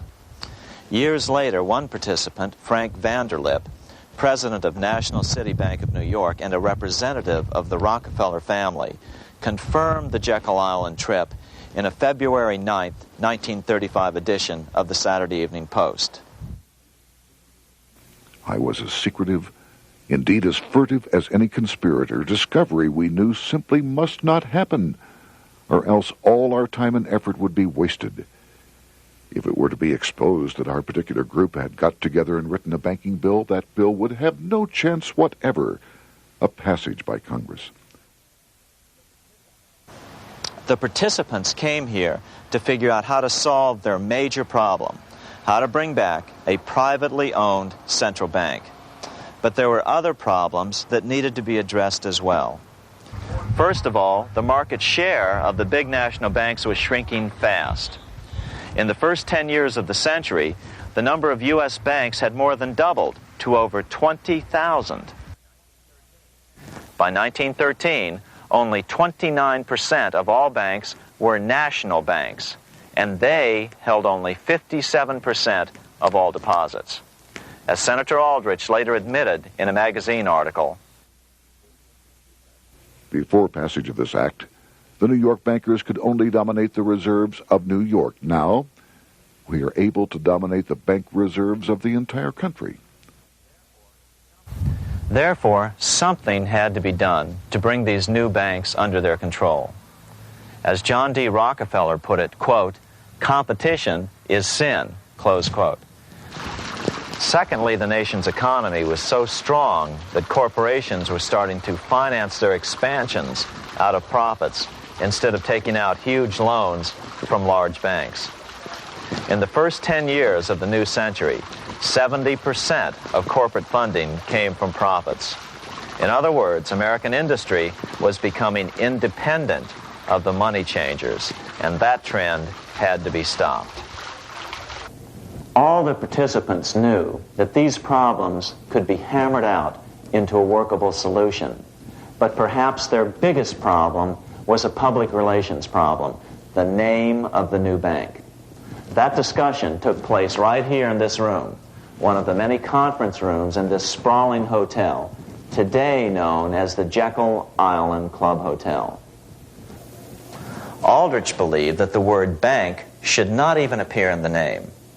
Warburg wanted to call the legislation the National Reserve Bill or the Federal Reserve Bill. The idea here was to give the impression that the purpose of the new central bank was to stop bank runs, but also to conceal its monopoly character. However, it was Aldrich, the egotistical politician, who insisted it be called the Aldrich Bill. After 9 days at Jekyll Island, the group dispersed. The new central bank would be very similar to the old Bank of the United States. It would be given a monopoly over U.S. currency and create that money out of nothing. How does the Fed create money out of nothing? It's a 4-step process. But first, a word on bonds. Bonds are simply promises to pay, or government IOUs. People buy bonds to get a secure rate of interest. At the end of the term of the bond, the government repays the bond plus interest, and the bond is destroyed. There are about $3.6 trillion worth of these loans or bonds at present. Now here's the Fed money-making process. Step 1. The Federal Open Market Committee approves the purchase of U.S. bonds on the open market. Step 2. The bonds are purchased by the Fed from whoever is offering them for sale on the open market. Step 3. The Fed pays for the bonds with electronic credits to the seller's bank, which in turn credits the seller's bank account. The trick is that these credits are based on nothing. The Fed just creates them. Step 4. The banks use these deposits as reserves. They can loan out over 10 times the amount of their reserves to new borrowers, all at interest. In this way, a Fed purchase of, say, $1 million worth of bonds gets turned into over $10 million in bank accounts. The Fed, in effect, creates 10% of this totally new money, and the banks create the other 90%. To reduce the amount of money in the economy, the process is just reversed. The Fed sells bonds to the public, and the money flows out of the purchaser's local bank. Loans must be reduced by 10 times the amount of the sale. So, a Fed sale of $1 million in bonds results in $10 million less money in the economy. So how does this benefit the bankers whose representatives huddled at Jekyll Island? First, it totally misdirected banking reform efforts from proper solutions. Second, it prevented a proper debt-free system of government finance, like Lincoln's greenbacks, from making a comeback. The bond-based system of government finance forced on Lincoln after he created greenbacks was now cast in stone. Third, it delegated to the bankers the right to create 90% of our money supply based on only fractional reserves, which they then loan out at interest. Fourth, it centralized overall control of our nation's money supply in the hands of a few men. Fifth, it established a central bank with a high degree of independence from effective political control. Soon after its creation, the Fed's great contraction in the early 1930s would cause the Great Depression. This independence has been enhanced since then through additional laws.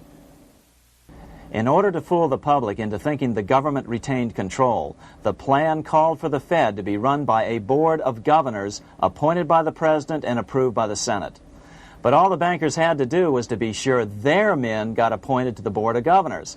That wasn't hard. Bankers have money, and money buys influence over politicians. Once the participants left Jekyll Island, the public relations blitz was on. The big New York banks put together an educational fund of $5 million to finance professors at respected universities to endorse the new bank. Woodrow Wilson at Princeton was one of the first to jump on the bandwagon. But the bankers' subterfuge didn't work. The Aldrich Bill was quickly identified as the Bankers' Bill, a bill to benefit only what became known as the money trust. As Congressman Lindbergh put it during the congressional debate, the Aldrich Plan is the Wall Street Plan. It means another panic, if necessary, to intimidate the people. Aldrich, paid by the government to represent the people, proposes a plan for the trusts instead. Seeing they didn't have the votes to win in Congress, the Republican leadership never brought the Aldrich Bill to a vote. The bankers quietly decided to move to track 2, the Democratic alternative. They began financing Woodrow Wilson as the Democratic nominee. As respected historian James Perloff put it, Wall Street financier Bernard Baruch was put in charge of Wilson's education. Baruch brought Wilson to the Democratic Party headquarters in New York in 1912, leading him like one would a poodle on a string. Wilson received an indoctrination course from the leaders convened there. So now the stage was set. The money changers were poised to install their privately owned central bank once again. The damage President Andrew Jackson had done 76 years earlier had been only partly repaired with the passage of the National Bank Act during the Civil War. Since then, the battle had raged on across the decades. The Jacksonians became the greenbackers, who became the hardcore supporters of William Jennings Bryan. With Bryan leading the charge, these opponents of the money changers, ignorant of Baruch's tutelage, now threw themselves behind Democrat Woodrow Wilson. They and Bryan would soon be betrayed.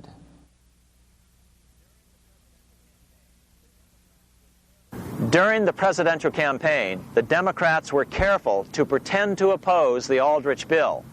As Representative Lewis McFadden, himself a Democrat, as well as chairman of the House Banking and Currency Committee, explained it 20 years after the fact. The Aldrich bill was condemned in the platform. When Woodrow Wilson was nominated, the men who ruled the Democratic Party promised the people that if they were returned to power, there would be no central bank established here while they held the reins of government.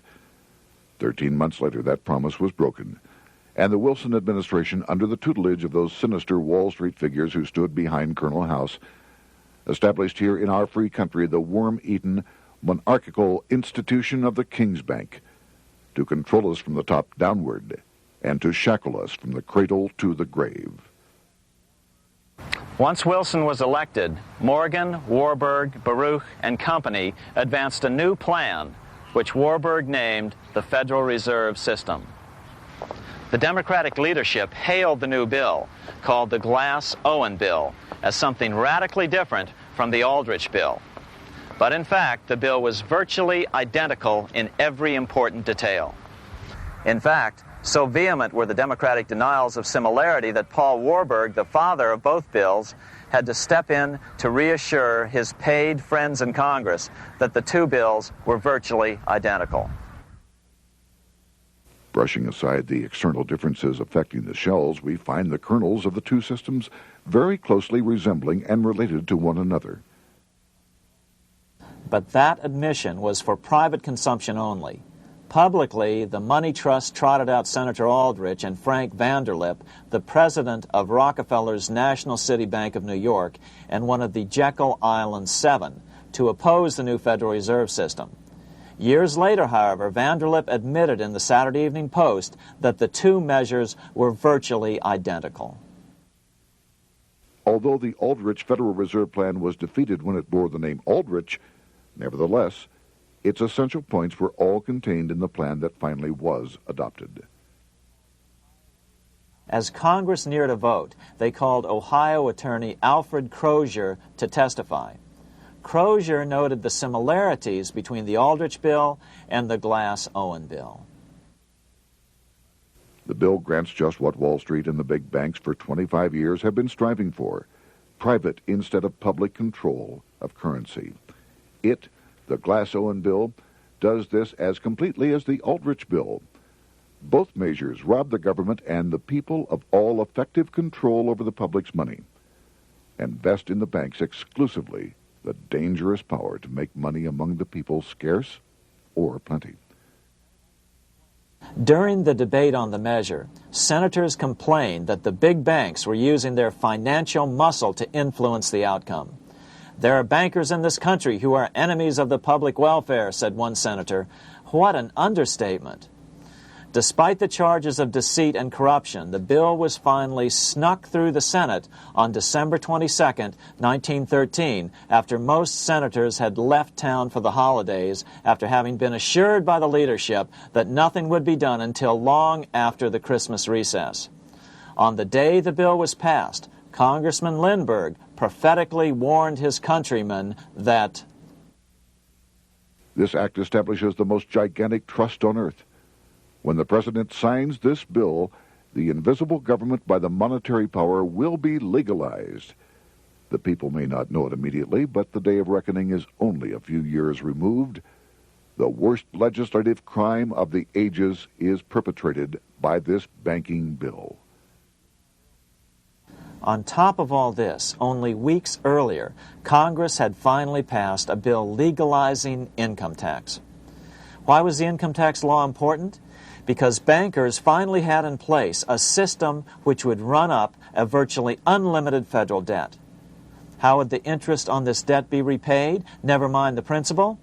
Remember, a privately owned central bank creates the principal out of nothing. The federal government was small then. Up to then, it had subsisted merely on tariffs and excise taxes. No, just as with the Bank of England, the interest payments had to be guaranteed by direct taxation of the people. The money changers knew that if they had to rely on contributions from the states, eventually the individual state legislatures would revolt and either refuse to pay the interest on their own money or at least bring political pressure to bear to keep the debt small. It is interesting to note that in 1895, the Supreme Court had found a similar income tax law to be unconstitutional. The Supreme Court even found a corporate income tax law unconstitutional in 1909. As a result, Senator Aldrich hustled a bill for a constitutional amendment allowing income tax through the Congress. The proposed 16th Amendment to the Constitution was then sent to the state legislatures for approval. But some critics claim that the 16th Amendment was never ratified by the necessary 3/4 of the states. In other words, the 16th Amendment may not be legal. But the money changers were in no mood to debate the fine points. By October of 1913, Senator Aldrich had hustled the income tax bill through Congress. Without the power to tax the people directly and bypass the states, the Federal Reserve Bill would be far less useful to those who wanted to drive America deeply into their debt. A year after the passage of the Federal Reserve Bill, Congressman Lindbergh explained how the Fed created what we have come to call the business cycle and how they use it to their advantage. To cause high prices, all the Federal Reserve Board will do will be to lower the rediscount rate, producing an expansion of credit and a rising stock market. Then, when businessmen are adjusted to these conditions, it can check prosperity in mid-career by arbitrarily raising the rate of interest. It can cause the pendulum of a rising and falling market to swing gently back and forth by slight changes in the discount rate, or cause violent fluctuations by a greater rate variation. And in either case, it will possess inside information as to financial conditions and advanced knowledge of the coming change, either up or down. This is the strangest, most dangerous advantage ever placed in the hands of a special privileged class by any government that ever existed. The system is private, conducted for the sole purpose of obtaining the greatest possible profits from the use of other people's money. They know in advance when to create panics to their advantage. They also know when to stop panic. Inflation and deflation work equally well for them when they control finance. Congressman Lindbergh was correct on all points. What he didn't realize was that most European nations had already fallen prey to the central bankers decades or centuries earlier.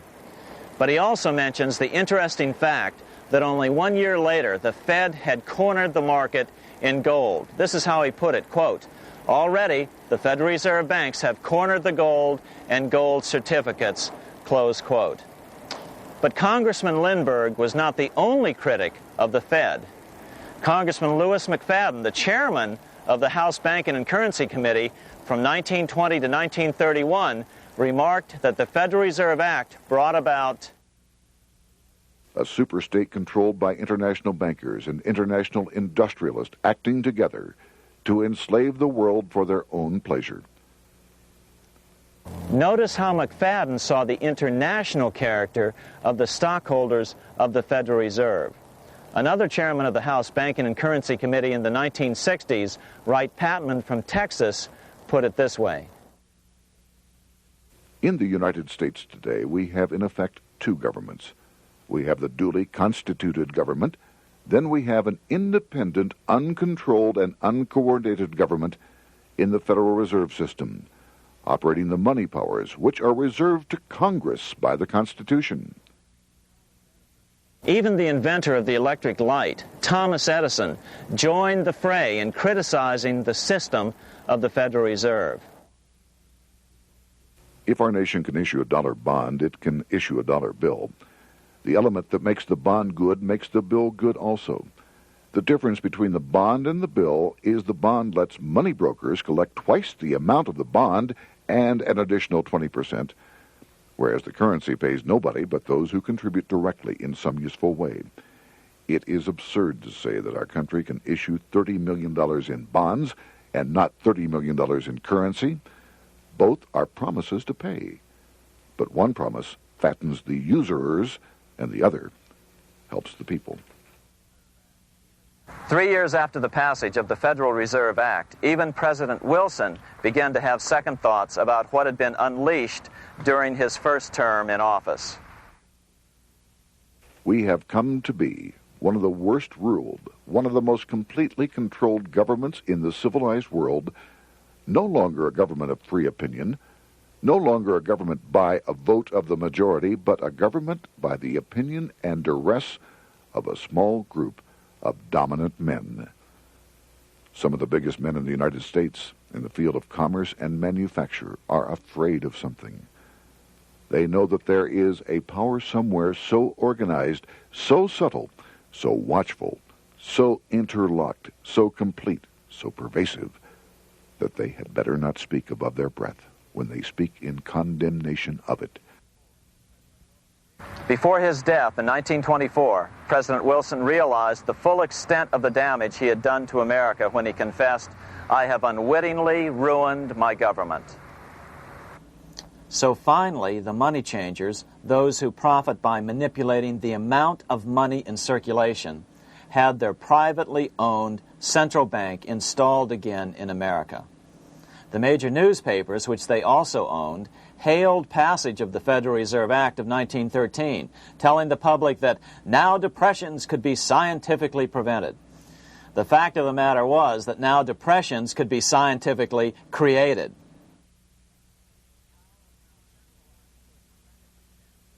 Power was now centralized to a tremendous extent. Now it was time for a war, a really big war. In fact, the First World War. Of course, to the central bankers, the political issues of war don't matter nearly as much as the profit potential, and nothing creates debts like warfare. England was the best example at that time. During the 119-year period between the founding of the Bank of England and Napoleon's defeat at Waterloo, England had been at war for 56 years, and much of the remaining time she'd been preparing for war. In World War I, the German Rothschilds loaned money to the Germans, the British Rothschilds loaned money to the British, and the French Rothschilds loaned money to the French. In America, J.P. Morgan was the sales agent for war materials to both the British and the French. In fact, 6 months into the war, Morgan became the largest consumer on earth, spending $10 million a day. His offices here at 23 Wall Street were mobbed by brokers and salesmen trying to cut a deal. In fact, it got so bad that the bank had to post guards at every door and at the partners' homes as well. Many other New York bankers made out as well from the war. President Wilson appointed Bernard Baruch to head the War Industries Board. According to historian James Perloff, both Baruch and the Rockefellers profited by some $200 million during the war. But profits were not the only motive. There was also revenge.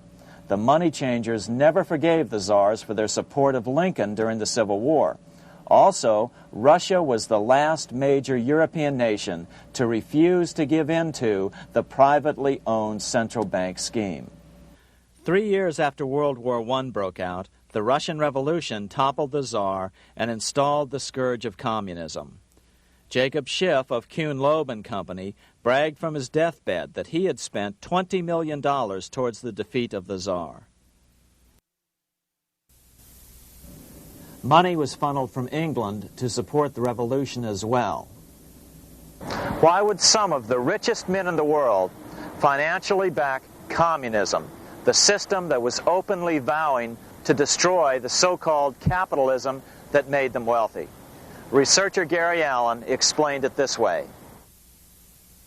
If one understands that socialism is not a share the wealth program, but is in reality a method to consolidate and control the wealth, then the seeming paradox of super-rich men promoting socialism becomes no paradox at all. Instead, it becomes logical, even the perfect tool of power-seeking megalomaniacs. Communism, or more accurately socialism, is not a movement of the downtrodden masses, but of the economic elite. As W. Cleon Skousen put it, In his 1970 book, The Naked Capitalist, Power from any source tends to create an appetite for additional power. It was almost inevitable that the super-rich would one day aspire to control not only their own wealth, but the wealth of the whole world. To achieve this, they were perfectly willing to feed the ambitions of the power-hungry political conspirators who were committed to the overthrow of all existing governments and the establishments of a central worldwide dictatorship.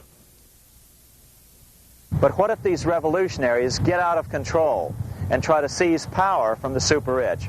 After all, it was Mao Zedong who in 1938 stated his position concerning power. Political power grows out of the barrel of a gun. The Wall Street, London axis elected to take the risk.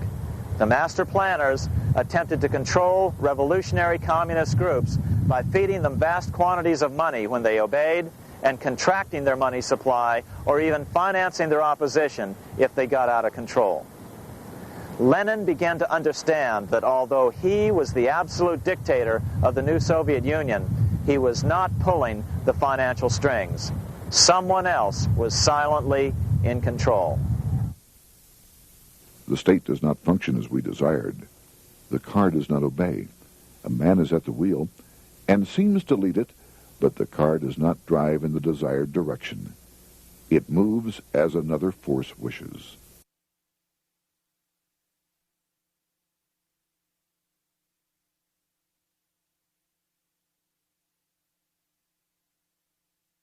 Who is behind it?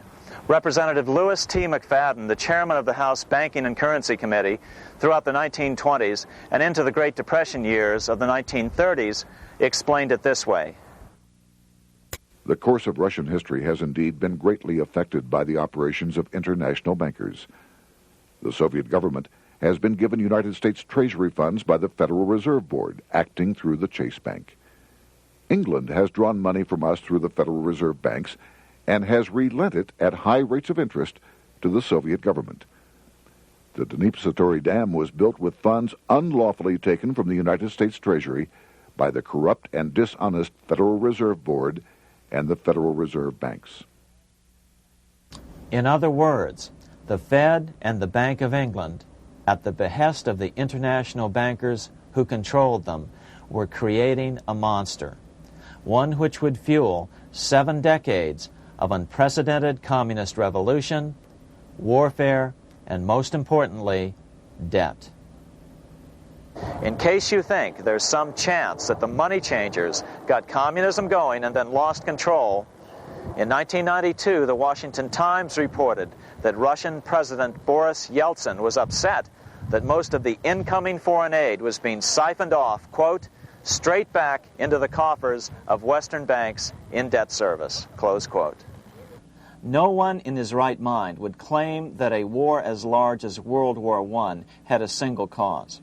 Wars are complex things with many causative factors. But on the other hand, it would also be equally foolish to ignore as a prime cause of World War I those who would profit the most from the war. The role of the money changers is no wild conspiracy theory. They had a motive, a short-ranged, self-serving motive, as well as a long-range political motive of advancing totalitarian governments, with the money changers maintaining the financial clout to control whatever politician might emerge as the leader. Next, we'll see what the money changers' ultimate political goal is for the world.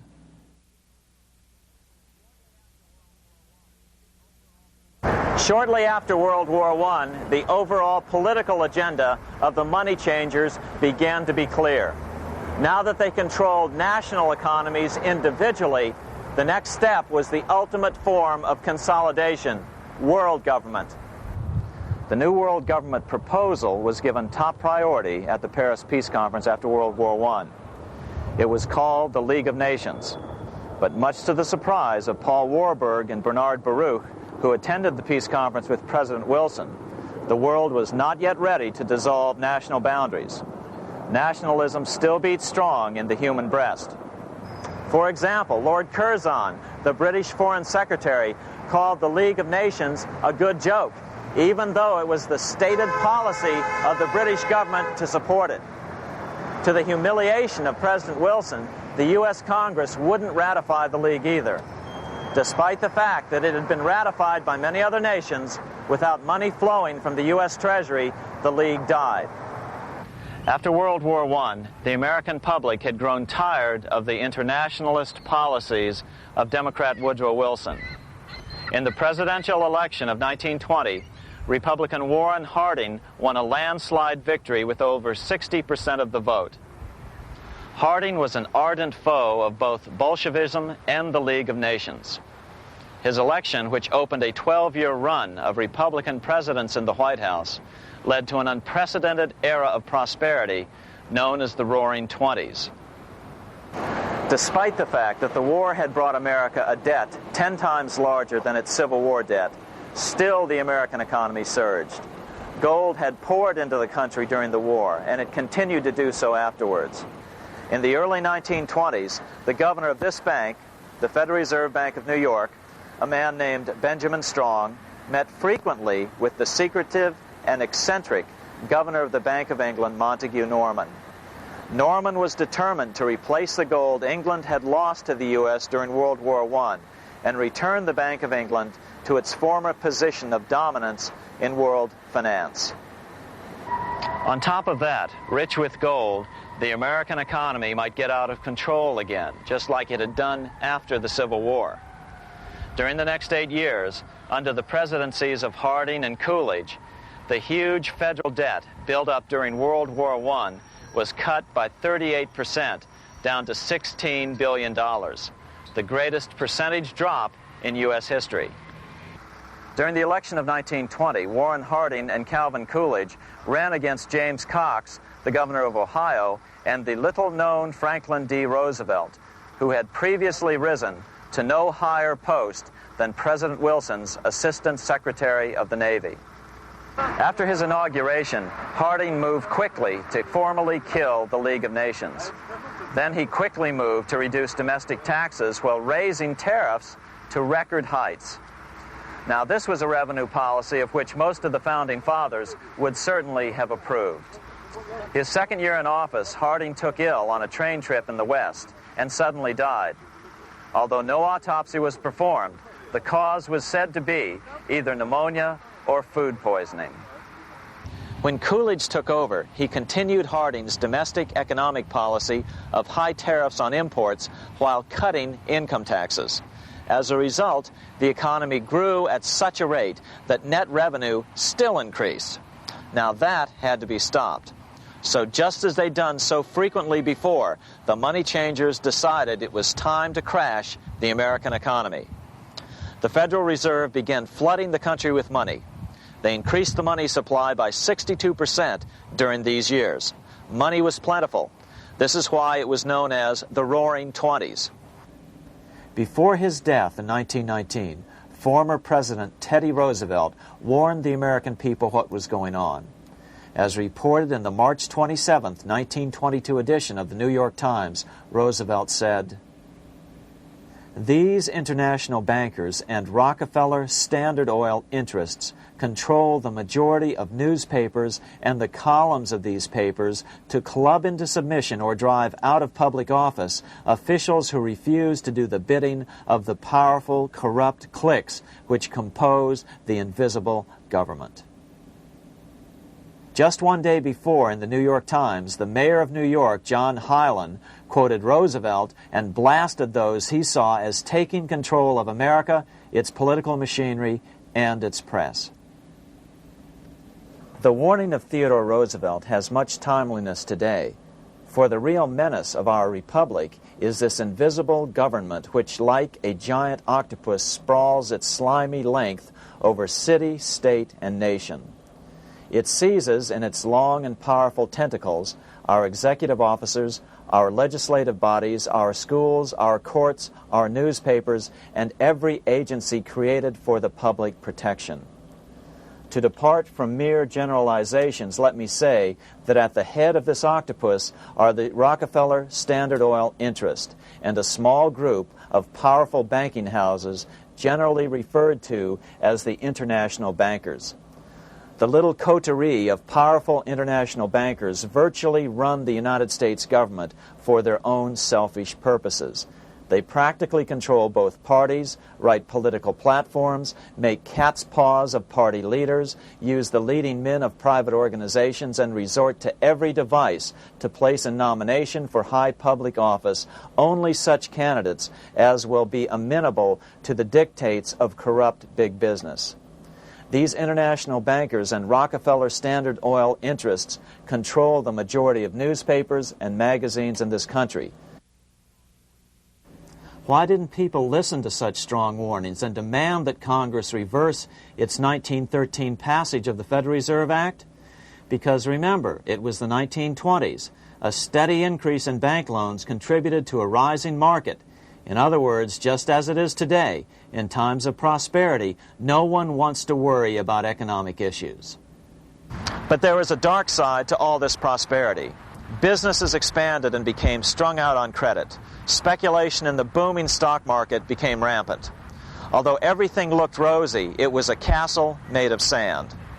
When all was in readiness, in April of 1929, Paul Warburg, the father of the Federal Reserve, sent out a secret advisory warning his friends that a collapse and nationwide depression was certain. In August of 1929, the Fed began to tighten money. It is not a coincidence that the biographies of all the Wall Street giants of that era, John D. Rockefeller, J.P. Morgan, Bernard Baruch, etc., all marvel that they got out of the stock market just before the crash and put all their assets in cash or gold. On October 24th, 1929, the big New York bankers called in their 24-hour broker call loans. This meant that both stockbrokers and customers had to dump their stocks on the market to cover their loans, no matter what price they had to sell them for. As a result, the market tumbled, and that day was known as Black Thursday. According to John Kenneth Galbraith, writing in The Great Crash, 1929, at the height of the selling frenzy, Bernard Baruch brought Winston Churchill into the visitors' gallery of the New York Stock Exchange here to witness the panic and impress him with his power over the wild events down on the floor. Congressman Louis McFadden, chairman of the House Committee on Banking and Currency from 1920 to 1931, knew who to blame. He accused the Fed and the international bankers of orchestrating the crash. It was not accidental. It was a carefully contrived occurrence. The international bankers sought to bring about a condition of despair here so that they might emerge as rulers of us all. But McFadden went even farther. He openly accused them of causing the crash in order to steal America's gold. In February 1931, in the midst of the Depression, he put it this way. I think it can hardly be disputed that the statesmen and financiers of Europe are ready to take almost any means to reacquire rapidly the gold stock which Europe lost to America as the result of World War I. Curtis Dahl, a broker for Lehman Brothers, was on the floor of the New York Stock Exchange the day of the crash. In his 1970 book, FDR, My Exploited Father-in-Law, he explained that the crash was triggered by the planned sudden shortage of call money in the New York money market. Actually, it was the calculated shearing of the public by the world money powers triggered by the planned sudden shortage of call money in the New York money market. Within a few weeks, $3 billion of wealth simply seemed to vanish. Within a year, $40 billion had been lost. But did it really disappear? Or was it simply consolidated in fewer hands? And what did the Federal Reserve do? Instead of moving to help the economy out by quickly lowering interest rates to stimulate the economy, the Fed continued to brutally contract the money supply further, deepening the Depression. Between 1929 and 1933, the Fed reduced the money supply by an additional 33%. Although most Americans have never heard that the Fed was the cause of the Depression, this is well known among top economists. Milton Friedman, the Nobel Prize-winning economist now of Stanford University, said the same thing in a National Public Radio interview in January of 1996. The Federal Reserve definitely caused the Great Depression by contracting the amount of currency in circulation by 1/3 from 1929 to 1933. But the money lost by most Americans during the Depression didn't just vanish. It was just redistributed into the hands of those who had gotten out just before the crash and had purchased gold, which is always a safe place to put your money just before a depression. But America's money also went overseas. Incredibly, as President Hoover was heroically trying to rescue banks and prop up businesses, with millions of Americans starving as the Great Depression deepened, millions of dollars were being spent rebuilding Germany from damage sustained during World War I. 8 years before Hitler would invade Poland, Representative Louis McFadden, chairman of the House Banking and Currency Committee, warned Congress that Americans were paying for Hitler's rise to power. After World War I, Germany fell into the hands of the German international bankers. Those bankers bought her, and they now own her lock, stock, and barrel. They have purchased her industries, they have mortgages on her soil, they control her production, they control all her public utilities.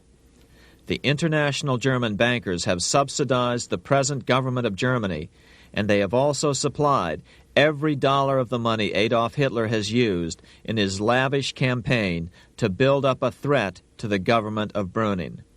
When Brüning fails to obey the orders of the German international bankers, Hitler is brought forth to scare the Germans into submission. Through the Federal Reserve Board, over $30 billion of American money has been pumped into Germany.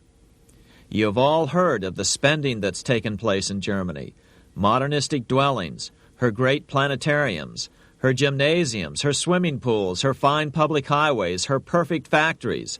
All this was done on our money. All this was given to Germany through the Federal Reserve Board. The Federal Reserve Board has pumped so many billions of dollars into Germany that they dare not name the total. Franklin D. Roosevelt was swept into office during the 1932 presidential election. Once Roosevelt was in office, however, sweeping emergency banking measures were immediately announced, which did nothing but increase the Fed's power over the money supply. Then, and only then, did the Fed finally begin to loosen the purse strings and feed new money out to the starving American people. At first, Roosevelt railed against the money changers as being the cause of the Depression. Believe it or not, this is what he said on March 4th, 1933, in his inaugural address. Practices of the unscrupulous money changers stand indicted in the court of public opinion, rejected by the hearts and minds of men. The money changers have fled from their high seats in the temple of our civilization. But 2 days later, Roosevelt declared a bank holiday and closed all banks. Later that year, Roosevelt outlawed private ownership of all gold bullion and all gold coins with the exception of rare coins. Most of the gold in the hands of the average American was in the form of gold coins. The new decree was, in effect, a confiscation. Those who didn't comply risk as much as 10 years in prison and a $10,000 fine, the equivalent of $100,000 today.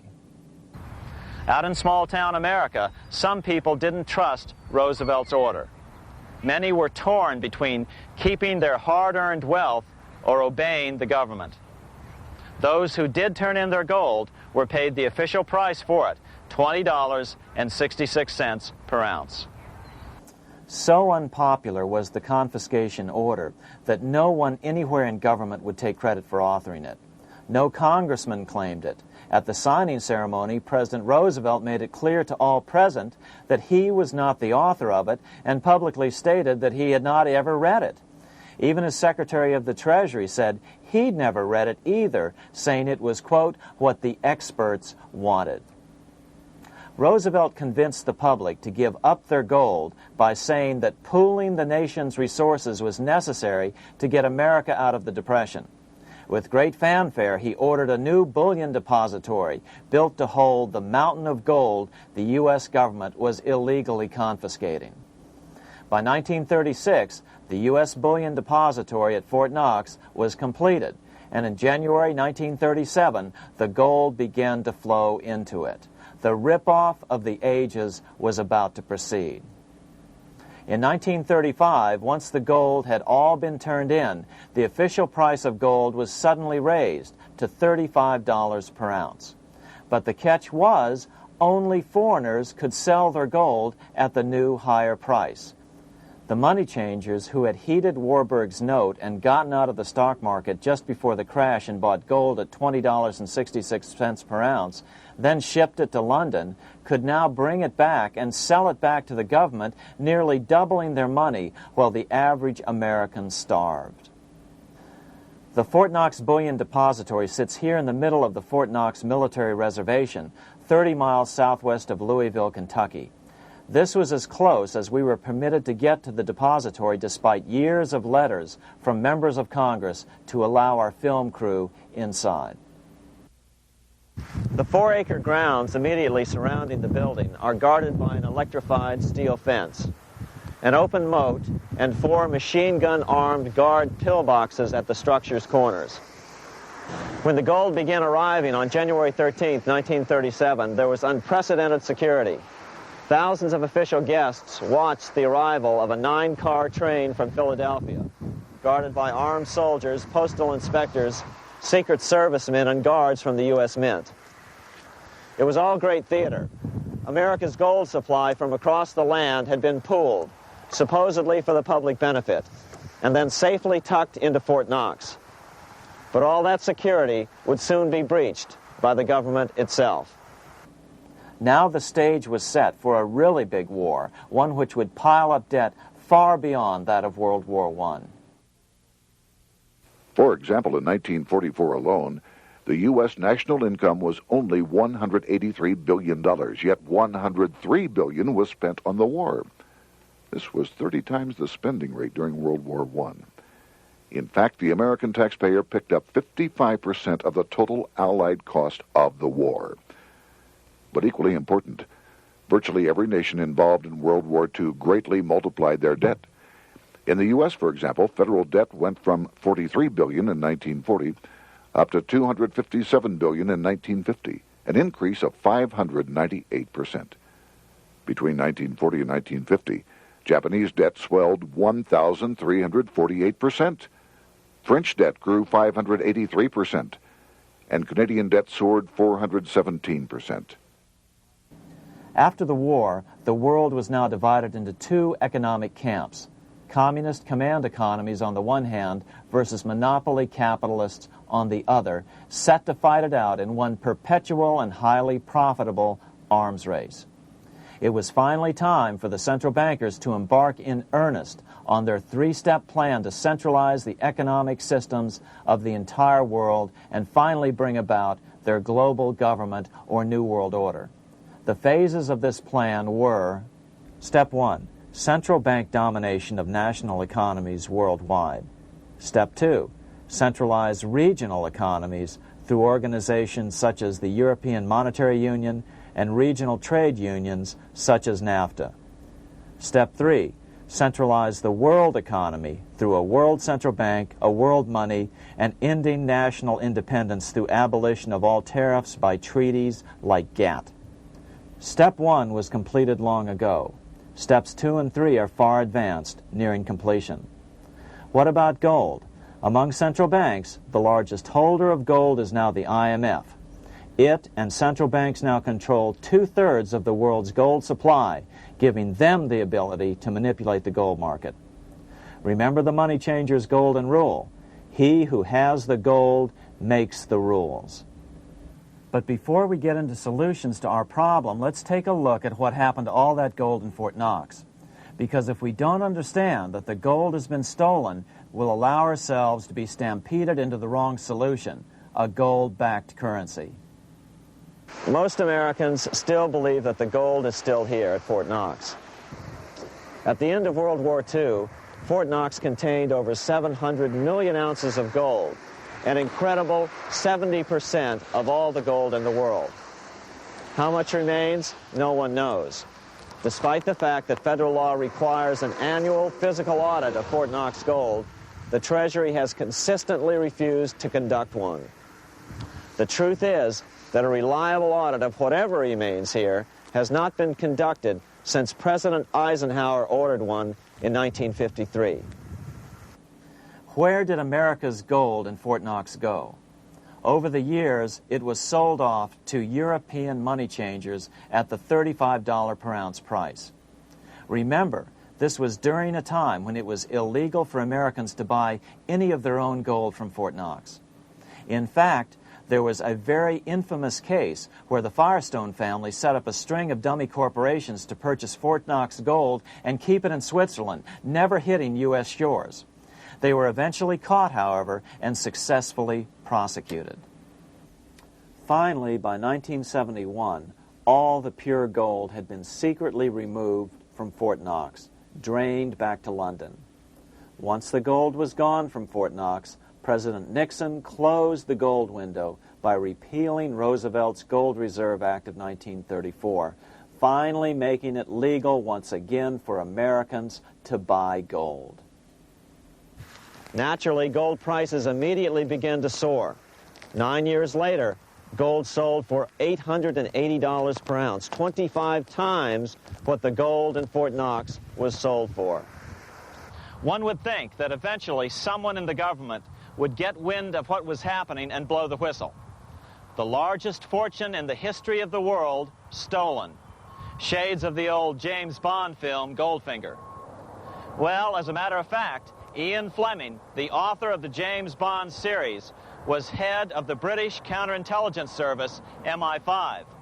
Some believe in the intelligence community that he wrote much of his fiction as a warning, as many authors of fiction do.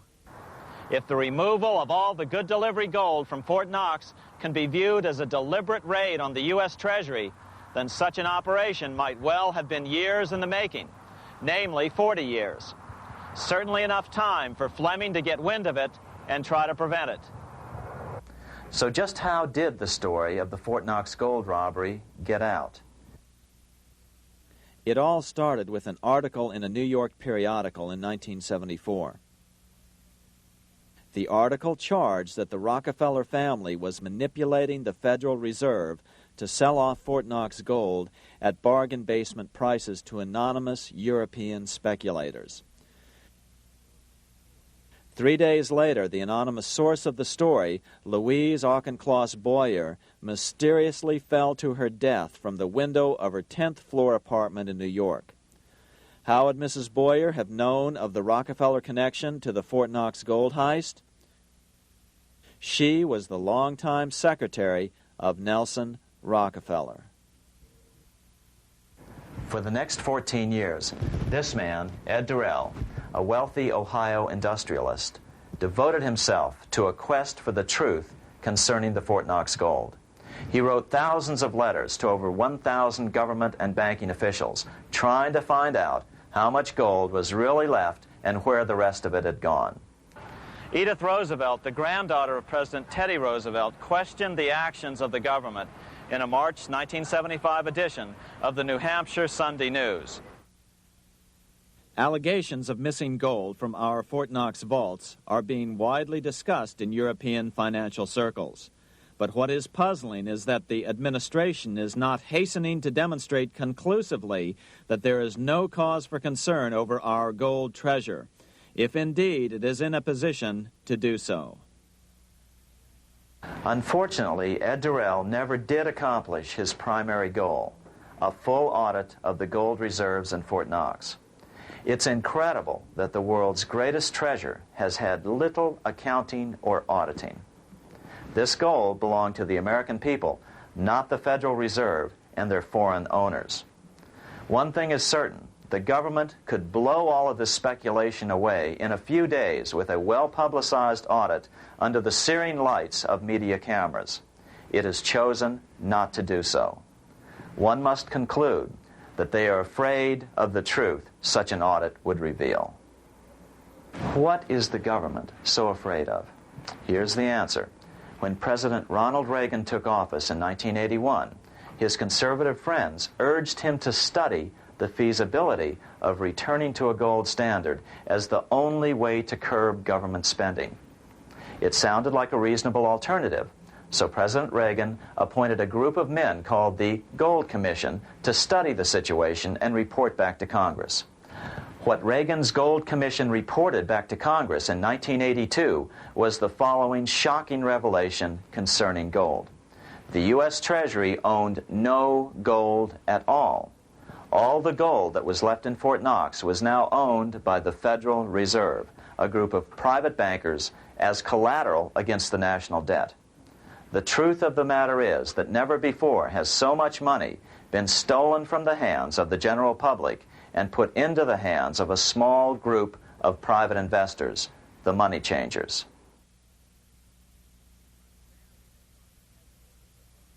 I'm standing in front of the headquarters of the International Monetary Fund located in Washington, D.C. Across the street, right over there, is the headquarters of the World Bank. What are these organizations and who controls them? And most importantly, are they about to create a huge worldwide depression? Let us step back in time for a moment to the aftermath of World War I. People were tired of war, so under the guise of peacemaking, the international bankers devised a plan to consolidate power even further. Claiming only an international government would stem the tide of world wars, the money changers pushed forward a proposal for world government which stood on three legs. A world central bank to be called the Bank of International Settlements, a world judiciary to be called the World Court located in The Hague, the Netherlands, and a world executive and legislature to be called the League of Nations. As President Clinton's mentor, Georgetown historian Carroll Quigley wrote in his 1966 book, Tragedy and Hope, the powers of financial capitalism had a far-reaching plan, nothing less than to create a world system of financial control in private hands, able to dominate the political system of each country and the economy of the world as a whole. This system was to be controlled in a feudalistic fashion by the central banks of the world, acting in concert by secret agreements arrived at in frequent meetings and conferences. The apex of the system was to be the Bank for International Settlements in Bâle, Switzerland, a private bank owned and controlled by the world central banks, which were themselves private corporations. Each central bank sought to dominate its government by its ability to control treasury loans, to manipulate foreign exchanges, to influence the level of economic activity in the country, and to influence cooperative politicians by subsequent economic rewards in the business world. Despite intense pressure from the international bankers and the press, a handful of U.S. senators, led by Senator Henry Cabot Lodge, kept the U.S. out of these schemes. Without U.S. participation, the League was doomed. Incredibly, even though the U.S. rejected the World Central Bank, the BIS, the New York Federal Reserve ignored its government and arrogantly sent representatives to Switzerland to participate in the central bankers' meeting right up until 1994, when the U.S. was finally officially dragged into it. Their world government schemes thwarted, the bankers resorted to the old formula, another war to wear down the resistance to world government while reaping handsome profits. To this end, Wall Street helped resurrect Germany through the Thyssen banks, which were affiliated with the Harriman interest in New York, just as the Chase Bank had assisted in the financing of the Bolshevik Revolution in Russia during World War I. Chase Bank was controlled by the Rockefeller family. Subsequently, it was merged with Warburg's Manhattan Bank to form the Chase Manhattan Bank. Now this has merged with Chemical Bank of New York, making it the largest Wall Street bank. Their strategy worked. Even before World War II was over, world government was back on track. In 1944, at Bretton Woods, New Hampshire, the International Monetary Fund and the World Bank were approved with full U.S. participation. The Second League of Nations, renamed the United Nations, was approved in 1945. Soon, a new international court system was functioning as well. All effective opposition to these international bodies before the war had evaporated in the heat of war, just as planned. These new organizations simply repeated on a world scale what the National Banking Act of 1864 and the Federal Reserve Act of 1913 had established in the U.S. They created a banking cartel composed of the world's central banks, which gradually assumed the power to dictate credit policies to the banks of all the nations. For example, just as the Federal Reserve Act authorized the creation of a new national fiat currency called Federal Reserve Notes, the IMF has been given the authority to issue a world fiat money called Special Drawing Rights, or SDRs. To date, the IMF has created in excess of $30 billion worth of SDRs. Member nations are being pressured to make their currencies fully exchangeable for SDRs. In 1968, Congress approved laws authorizing the Fed to accept SDRs as reserves in the U.S. and to issue Federal Reserve notes in exchange for SDRs. What does that mean? It means that in the U.S., SDRs are already a part of our lawful money. And what about gold? SDRs are already partially backed by gold. And with 2/3 of world gold now in the hands of central banks, the money changers can go about structuring the world's economic future in whichever way they deem most profitable. Keep in mind, just as the Fed is controlled by its Board of Governors, the IMF is controlled by its Board of Governors, which are either the heads of the different central banks or the heads of the various national treasury departments dominated by their central banks. Voting power in the IMF gives the U.S. and the U.K., that is to say the Fed and the Bank of England, effective control. Just as the Fed controls the amount of money in the U.S., the BIS, IMF, and World Bank control the money supply for the world. So we see the repetition of the old goldsmith's fraud replicated on the national scale with central banks like the Fed and on the international scale by the three arms of the world central bank. Is this organization of the BIS, the IMF, and the World Bank, which we refer to collectively as the World Central Bank, presently expanding and contracting world credit?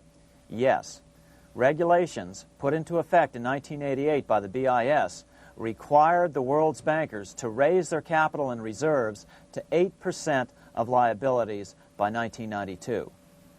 Increased capital requirements put an upper limit to the fractional reserve lending, similar to the way cash reserve requirements do. What has this seemingly insignificant regulation made in a Swiss city 8 years ago meant to the world? It means our banks cannot loan more and more money to buy more and more time before the next depression, as a maximum loan ratio is now set. It means those nations with the lowest bank reserves in their systems have already felt the terrible effects of this credit contraction as their banks scrambled to raise money to increase their reserves to 8%. To raise the money, they had to sell stocks, which depressed their stock markets and began the depression first in their countries.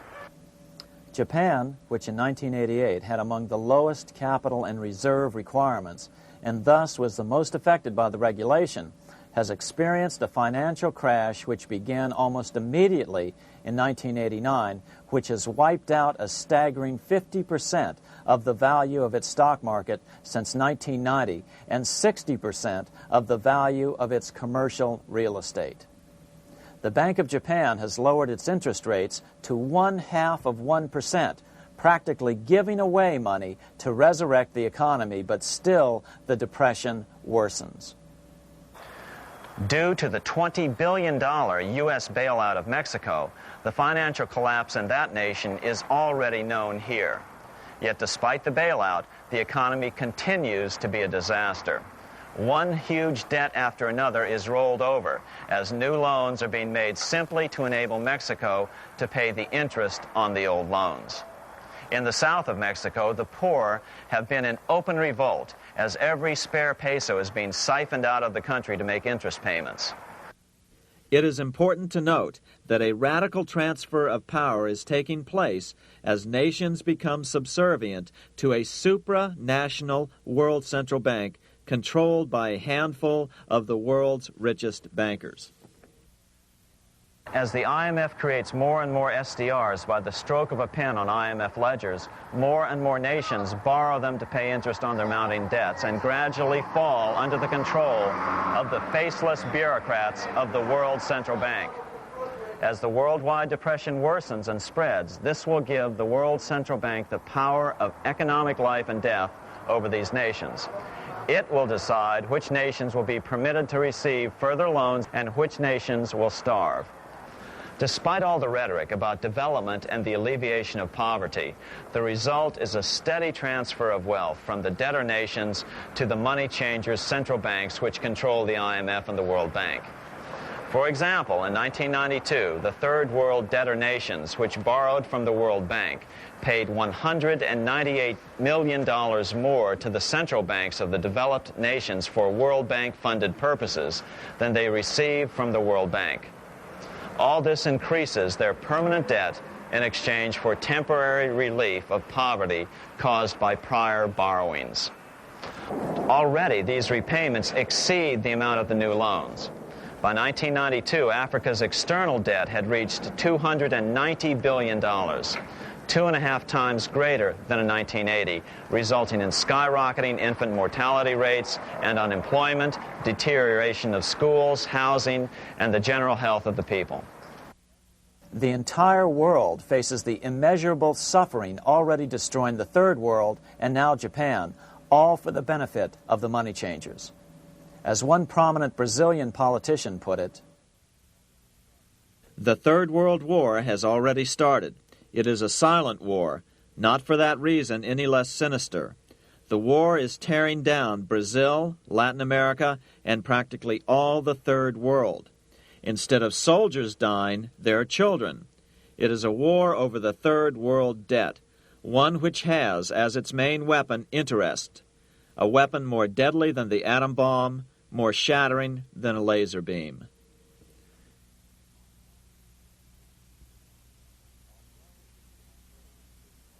Although it would be absurd to ignore the pivotal role played by influential families such as the Rothschilds, the Warburgs, the Schiffs, the Morgans, and the Rockefellers in any review of the history of central banking and fractional banking, keep in mind, by now, central banks and the large commercial banks are up to 3 centuries old and deeply entrenched in the economic life of many nations. These banks are no longer dependent on clever individuals such as a Nathan Rothschild. Years ago, the question of ownership was important, but no longer. For example, both the Bank of England and the Bank of France were nationalized after World War II, and nothing changed, nothing at all. They endure and continue to grow, now protected by numerous laws, paid politicians, and mortgaged media, untouched by the changing of generations. 3 centuries have given them an aura of respectability. The old school tie is now worn by the 6th generation son, who's been raised in a system that he may never question as he is named to serve on the governing boards of countless philanthropic organizations. To focus attention today on individuals or families, or to attempt to sort out the current holders of power, serves little useful purpose and would be a distraction from the cure.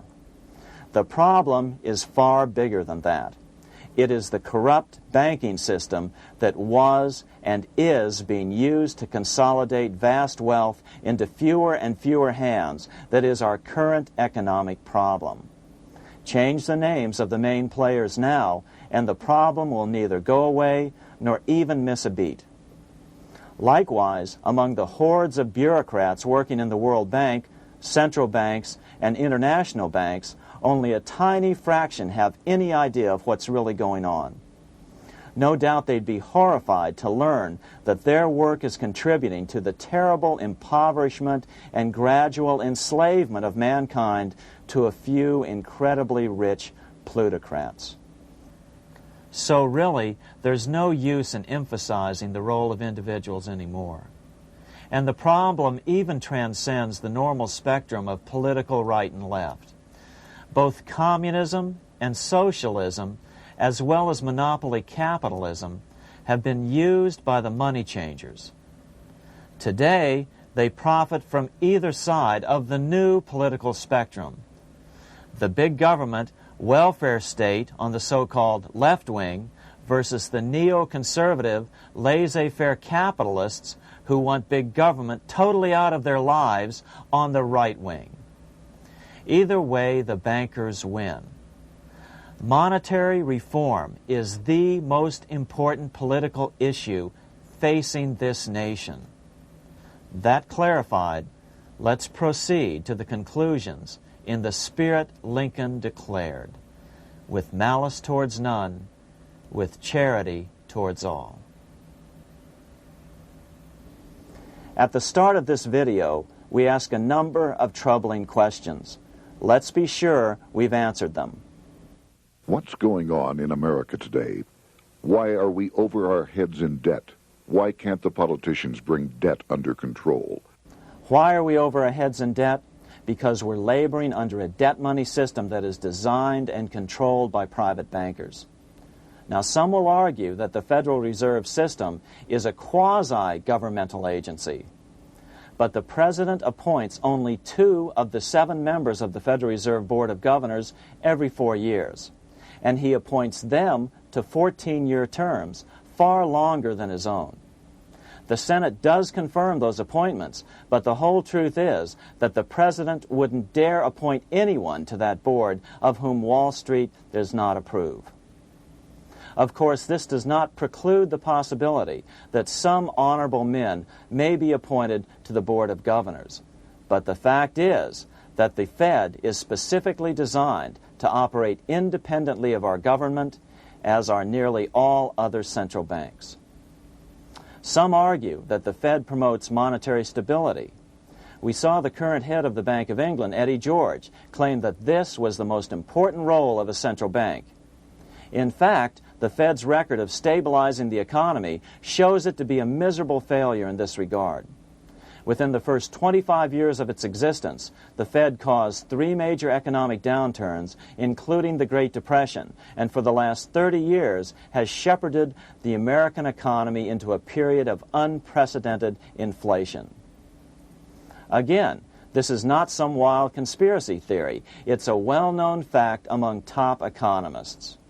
As Nobel Prize-winning economist Milton Friedman put it, the stock of money, prices, and output was decidedly more unstable after the establishment of the Federal Reserve System than before. The most dramatic period of instability in output was, of course, the period between the 2 wars, which includes the severe monetary contractions of 1920-21, 1929-33, and 1937-38. No other 20-year period in American history contains as many as 3 such severe contractions. This evidence persuades me that at least a third of the price rise during and just after World War I is attributable to the establishment of the Federal Reserve System, and that the severity of each of the major contractions, 1920-21, 1929-33, and 1937-38, is directly attributable to acts of commission and omission by the reserve authorities. Any system which gives so much power and so much discretion to a few men so that mistakes, excusable or not, can have such far-reaching effects is a bad system. It is a bad system to believers in freedom just because it gives a few men such power without any effective check by the body politic. This is the key political argument against an independent central bank.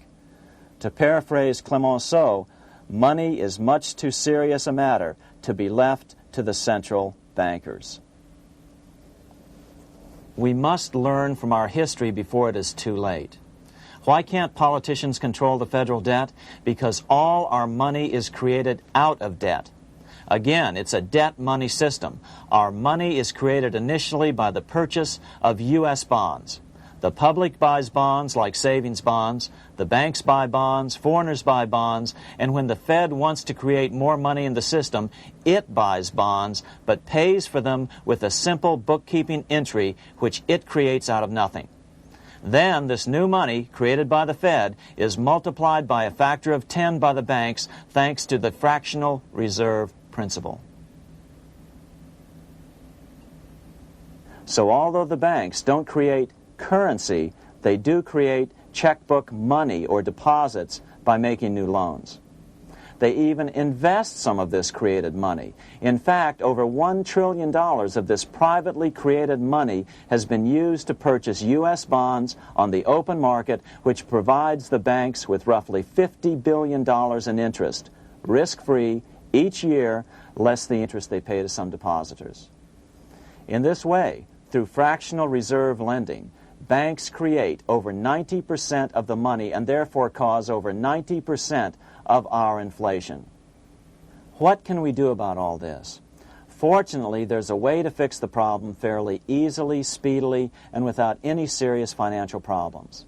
We can get our country totally out of debt in 1 to 2 years by simply paying off these U.S. bonds with debt-free U.S. notes, just like Lincoln issued.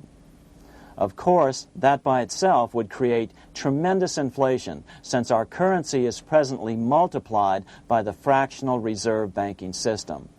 But here's the ingenious solution, advanced in part by Milton Friedman, to keep the money supply stable and avoid inflation and deflation while the debt is retired.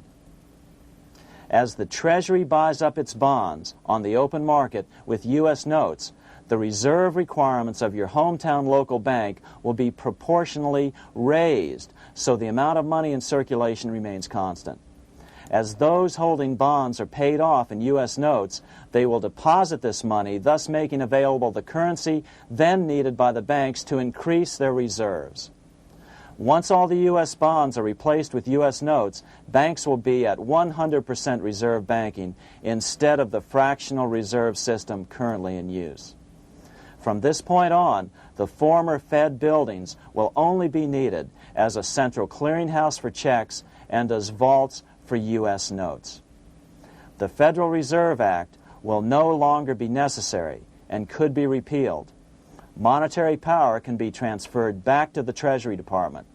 There would be no further creation or contraction of money by banks. By doing it this way, our national debt can be paid off in a single year or so, and the Fed and fractional reserve banking abolished without national bankruptcy, financial collapse, inflation or deflation, or any significant change in the way the average American goes about his business. To the average person, the primary difference would be that for the first time since the Federal Reserve Act was passed in 1913, taxes would begin to go down. Now there's a real national blessing for you, rather than for Hamilton's banker friends. Now let's take a look at these proposals in more detail. Here are the main provisions of a Monetary Reform Act which needs to be passed by Congress. We've drafted a proposed Monetary Reform Act which follows at the end of this tape. Of course, variations with the same results would be equally welcome. 1. Pay off the debt with debt-free U.S. notes. As Thomas Edison put it, if the U.S. can issue a dollar bond, it can issue a dollar bill. They both rest purely on the faith and credit of the United States government. This amounts to a simple substitution of one type of government obligation for another. One bears interest, the other doesn't. Federal Reserve notes could be used for this as well, but could not be printed after the Fed's abolished as we propose, so we suggest using U.S. notes instead. 2. Abolish fractional reserve banking. As the debt is paid off, the reserve requirements of all banks and financial institutions would be raised proportionally at the same time to absorb the new U.S. notes, which would be deposited and become the bank's increased reserves. Towards the end of the first year of the transition period, the remaining liabilities of financial institutions would be assumed or acquired by the U.S. government in a one-time operation. In other words, they too would eventually be paid off with debt-free U.S. notes in order to keep the total money supply stable. At the end of the first year or so, all of the national debt would be paid, and we could start enjoying the benefits of full reserve banking. The Fed would be obsolete, an anachronism. 3. Repeal the Federal Reserve Act of 1913 and the National Banking Act of 1864. These acts delegate the money power to a private banking monopoly. They must be repealed, and the money power handed back to the Department of Treasury, where they were initially under President Abraham Lincoln. No banker or person in any way affiliated with financial institutions should be allowed to regulate banking. After the first two reforms, these acts would serve no useful purpose anyway, since they relate to a fractional reserve banking system. 4. Withdraw the U.S. from the IMF, the BIS, and the World Bank. These institutions, like the Federal Reserve, are designed to further centralize the power of the international bankers over the world's economy, and the U.S. must withdraw from them. Their harmless functions, such as currency exchange, can be accomplished either nationally or in new organizations limited to those functions. Such a monetary reform act would guarantee that the amount of money in circulation would stay very stable, causing neither inflation nor deflation. Remember, for the last 3 decades, the Fed has doubled the American money supply every 10 years. That fact and fractional reserve banking are the real causes of inflation and the reduction in our buying power, a hidden tax. These and other taxes are the real reasons both parents now have to work just to get by. The money supply should increase slowly to keep prices stable, roughly in proportion to population growth, about 3% per year, not at the whim of a group of bankers meeting in secret. In fact, all future decisions on how much money will be in the American economy must be made based on statistics of population growth and the price level index. The new monetary regulators and the Treasury Department, perhaps called the Monetary Committee, would have absolutely no discretion in this matter except in time of declared war. This would ensure a steady, stable money growth of roughly 3% per year, resulting in stable prices and no sharp changes in the money supply.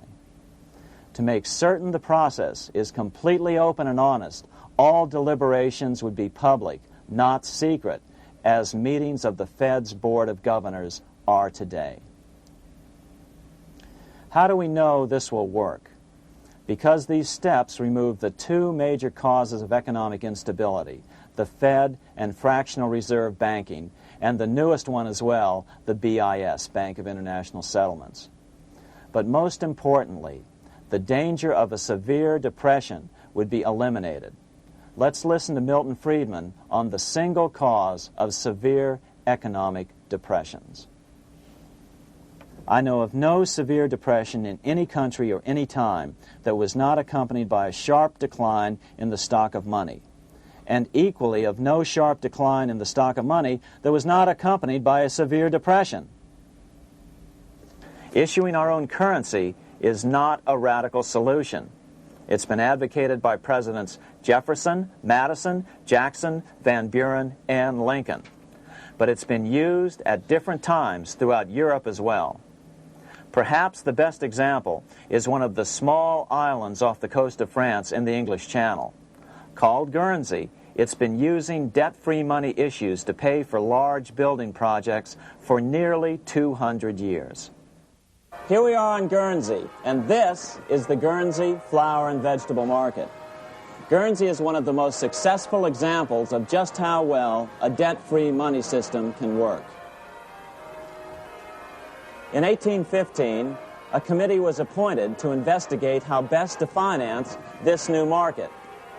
The impoverished island could not afford more new taxes, so the state's fathers decided to try a revolutionary idea: issue their own paper money.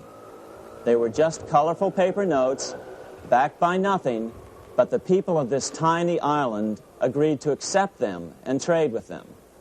To be sure they circulated widely, they were declared to be good for the payment of taxes. Of course, this idea was nothing new. It was exactly what America had done before the American Revolution, and there are many other examples throughout the world.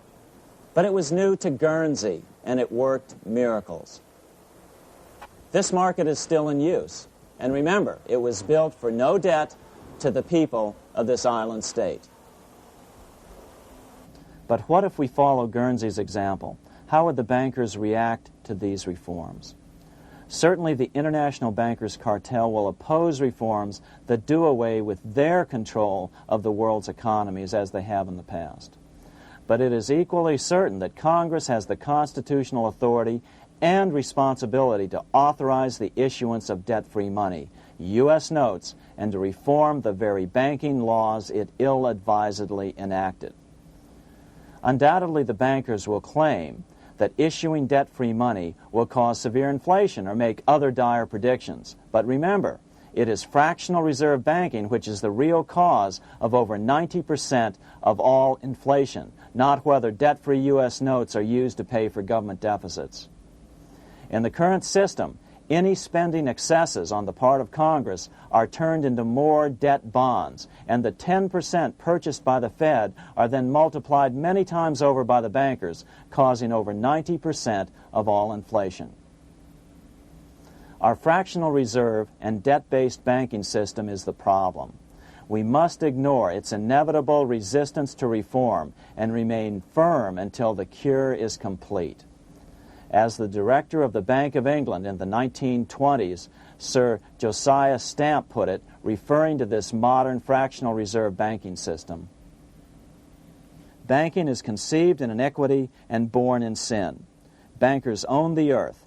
Take it away from them, but leave them the power to create money and control credit, and with the flick of a pen, they will create enough money to buy it back again. Take this great power away from the bankers, and all great fortunes like mine will disappear, and they ought to disappear, for this would be a better and happier world to live in. But if you want to continue the slaves of bankers and pay the cost of your own slavery, let them continue to create money and to control credit." Americans are slowly figuring this out. Today, over 3,200 cities and counties have endorsed the proposal of a nonprofit organization called Sovereignty.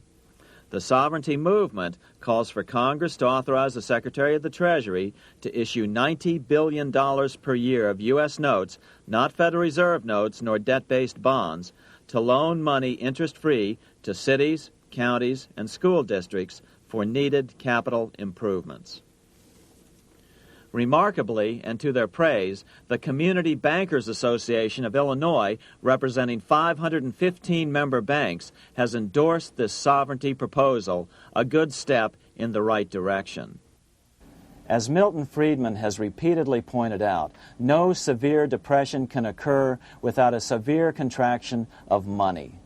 In our system, only the Fed, the Bank of International Settlements, with U.S. bankers' cooperation, or a combination of the largest Wall Street banks could cause a depression. In other words, our economy is so huge and resilient, a depression just can't happen by accident. Unless we reform our banking system, they will always have that power. They can pull the plug on our economy anytime they choose. The only solution is to abolish the Fed and the fractional reserve banking system and withdraw from the BIS. Only that will break the power of the international bankers over our economy. And keep in mind, a stock market crash itself cannot cause a severe depression. Only the severe contraction of our money supply can cause a severe depression. The stock market crash of 1929 only wiped out market speculators, mostly the small to medium ones, resulting in $3 billion in wealth changing hands. But it served as a smokescreen for a 33% contraction in credit by the Fed over the next 4 years, which resulted in over $40 billion in wealth from the American middle class being transferred to the big banks. Then, despite impotent howls of protest from a divided Congress, the independent Fed kept the money supply contracted for a full decade. Only World War II ended the terrible suffering the Fed inflicted on the American people. In a depression, the remaining wealth of the debt-burdened American middle class will be wiped out by unemployment, declining wages, and the resulting foreclosures. If we start to act to reform our monetary system, the money changers may do what they did in 1929 and then the 1930s, crash the stock market and use that as a smokescreen while contracting the money supply. But if we're determined to fight to regain control over our money, we can come out of it fairly quickly, perhaps in only a very few months, as U.S. notes begin to circulate and replace the money withdrawn by the bankers.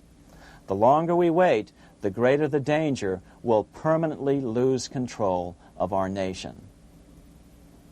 But some still wonder why the international bankers would want to cause a depression. Wouldn't that be killing the goose that is currently laying all those golden interest eggs? Remember what Larry Bates said at the first of this videotape. You see, in periods of economic upheaval, in economic crisis, wealth is not destroyed. It is merely transferred. Do we have any hints as to what the money changers have in store for us?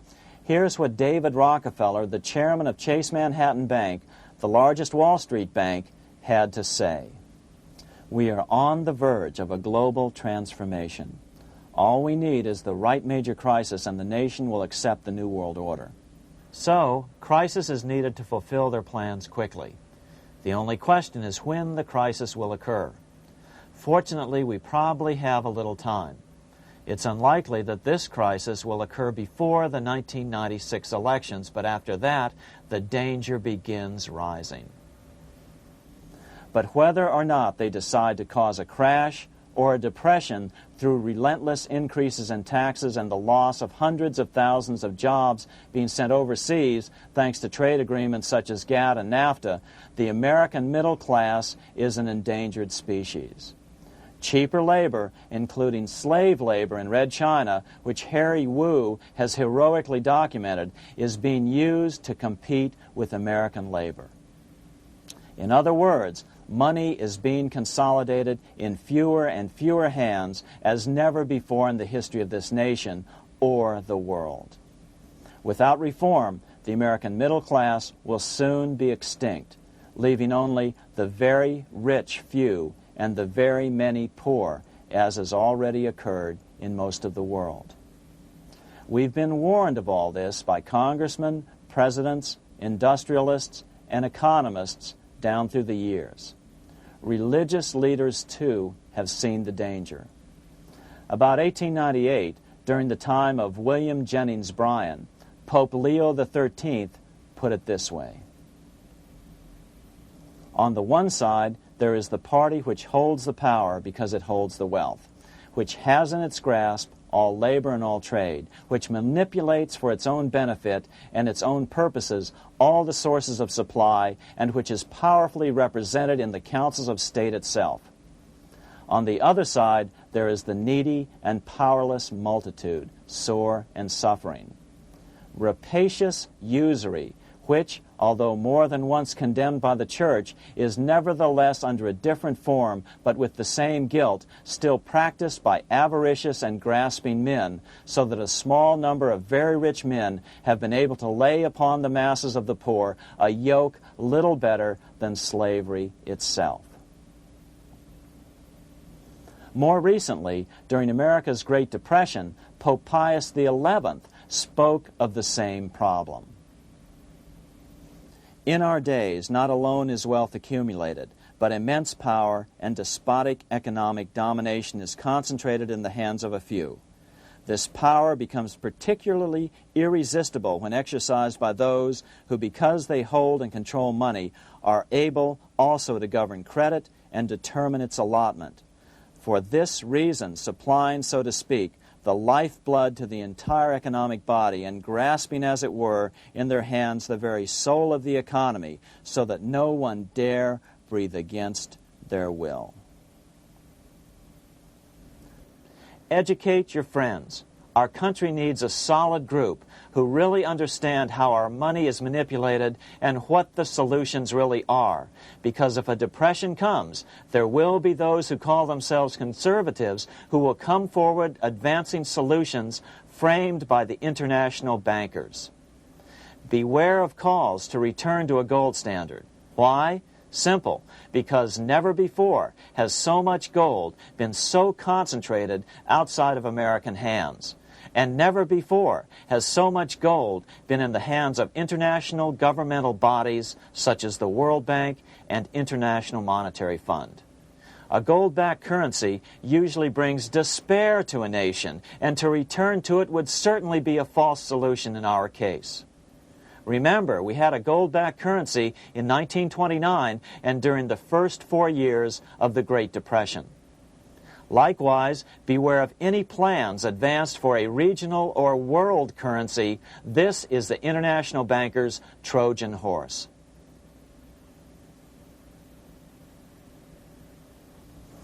Educate your member of Congress. It only takes a few persuasive members to make the others pay attention. Most congressmen just don't understand the system. Some understand it, but are so influenced by bank PAC contributions that they ignore it, not realizing the gravity of their neglect. We hope we've made a valuable contribution to the national debate on monetary reform. It remains for each man to do his duty, consistent with his state in life. May God give us the light to help reform our nation and ourselves. We say ourselves because ultimately vast multitudes of men are going to be driven more and more to desperation by the accumulation of the world's wealth in fewer and fewer hands. Men will tend to become like their oppressors, selfish and greedy. Rather, let's keep in mind during this period of reform a warning not to lose sight of greater things, as Pope Pius XI put it. For what will it profit men that a more prudent distribution and use of riches make it possible for them to gain even the whole world, if thereby they suffer the loss of their own souls?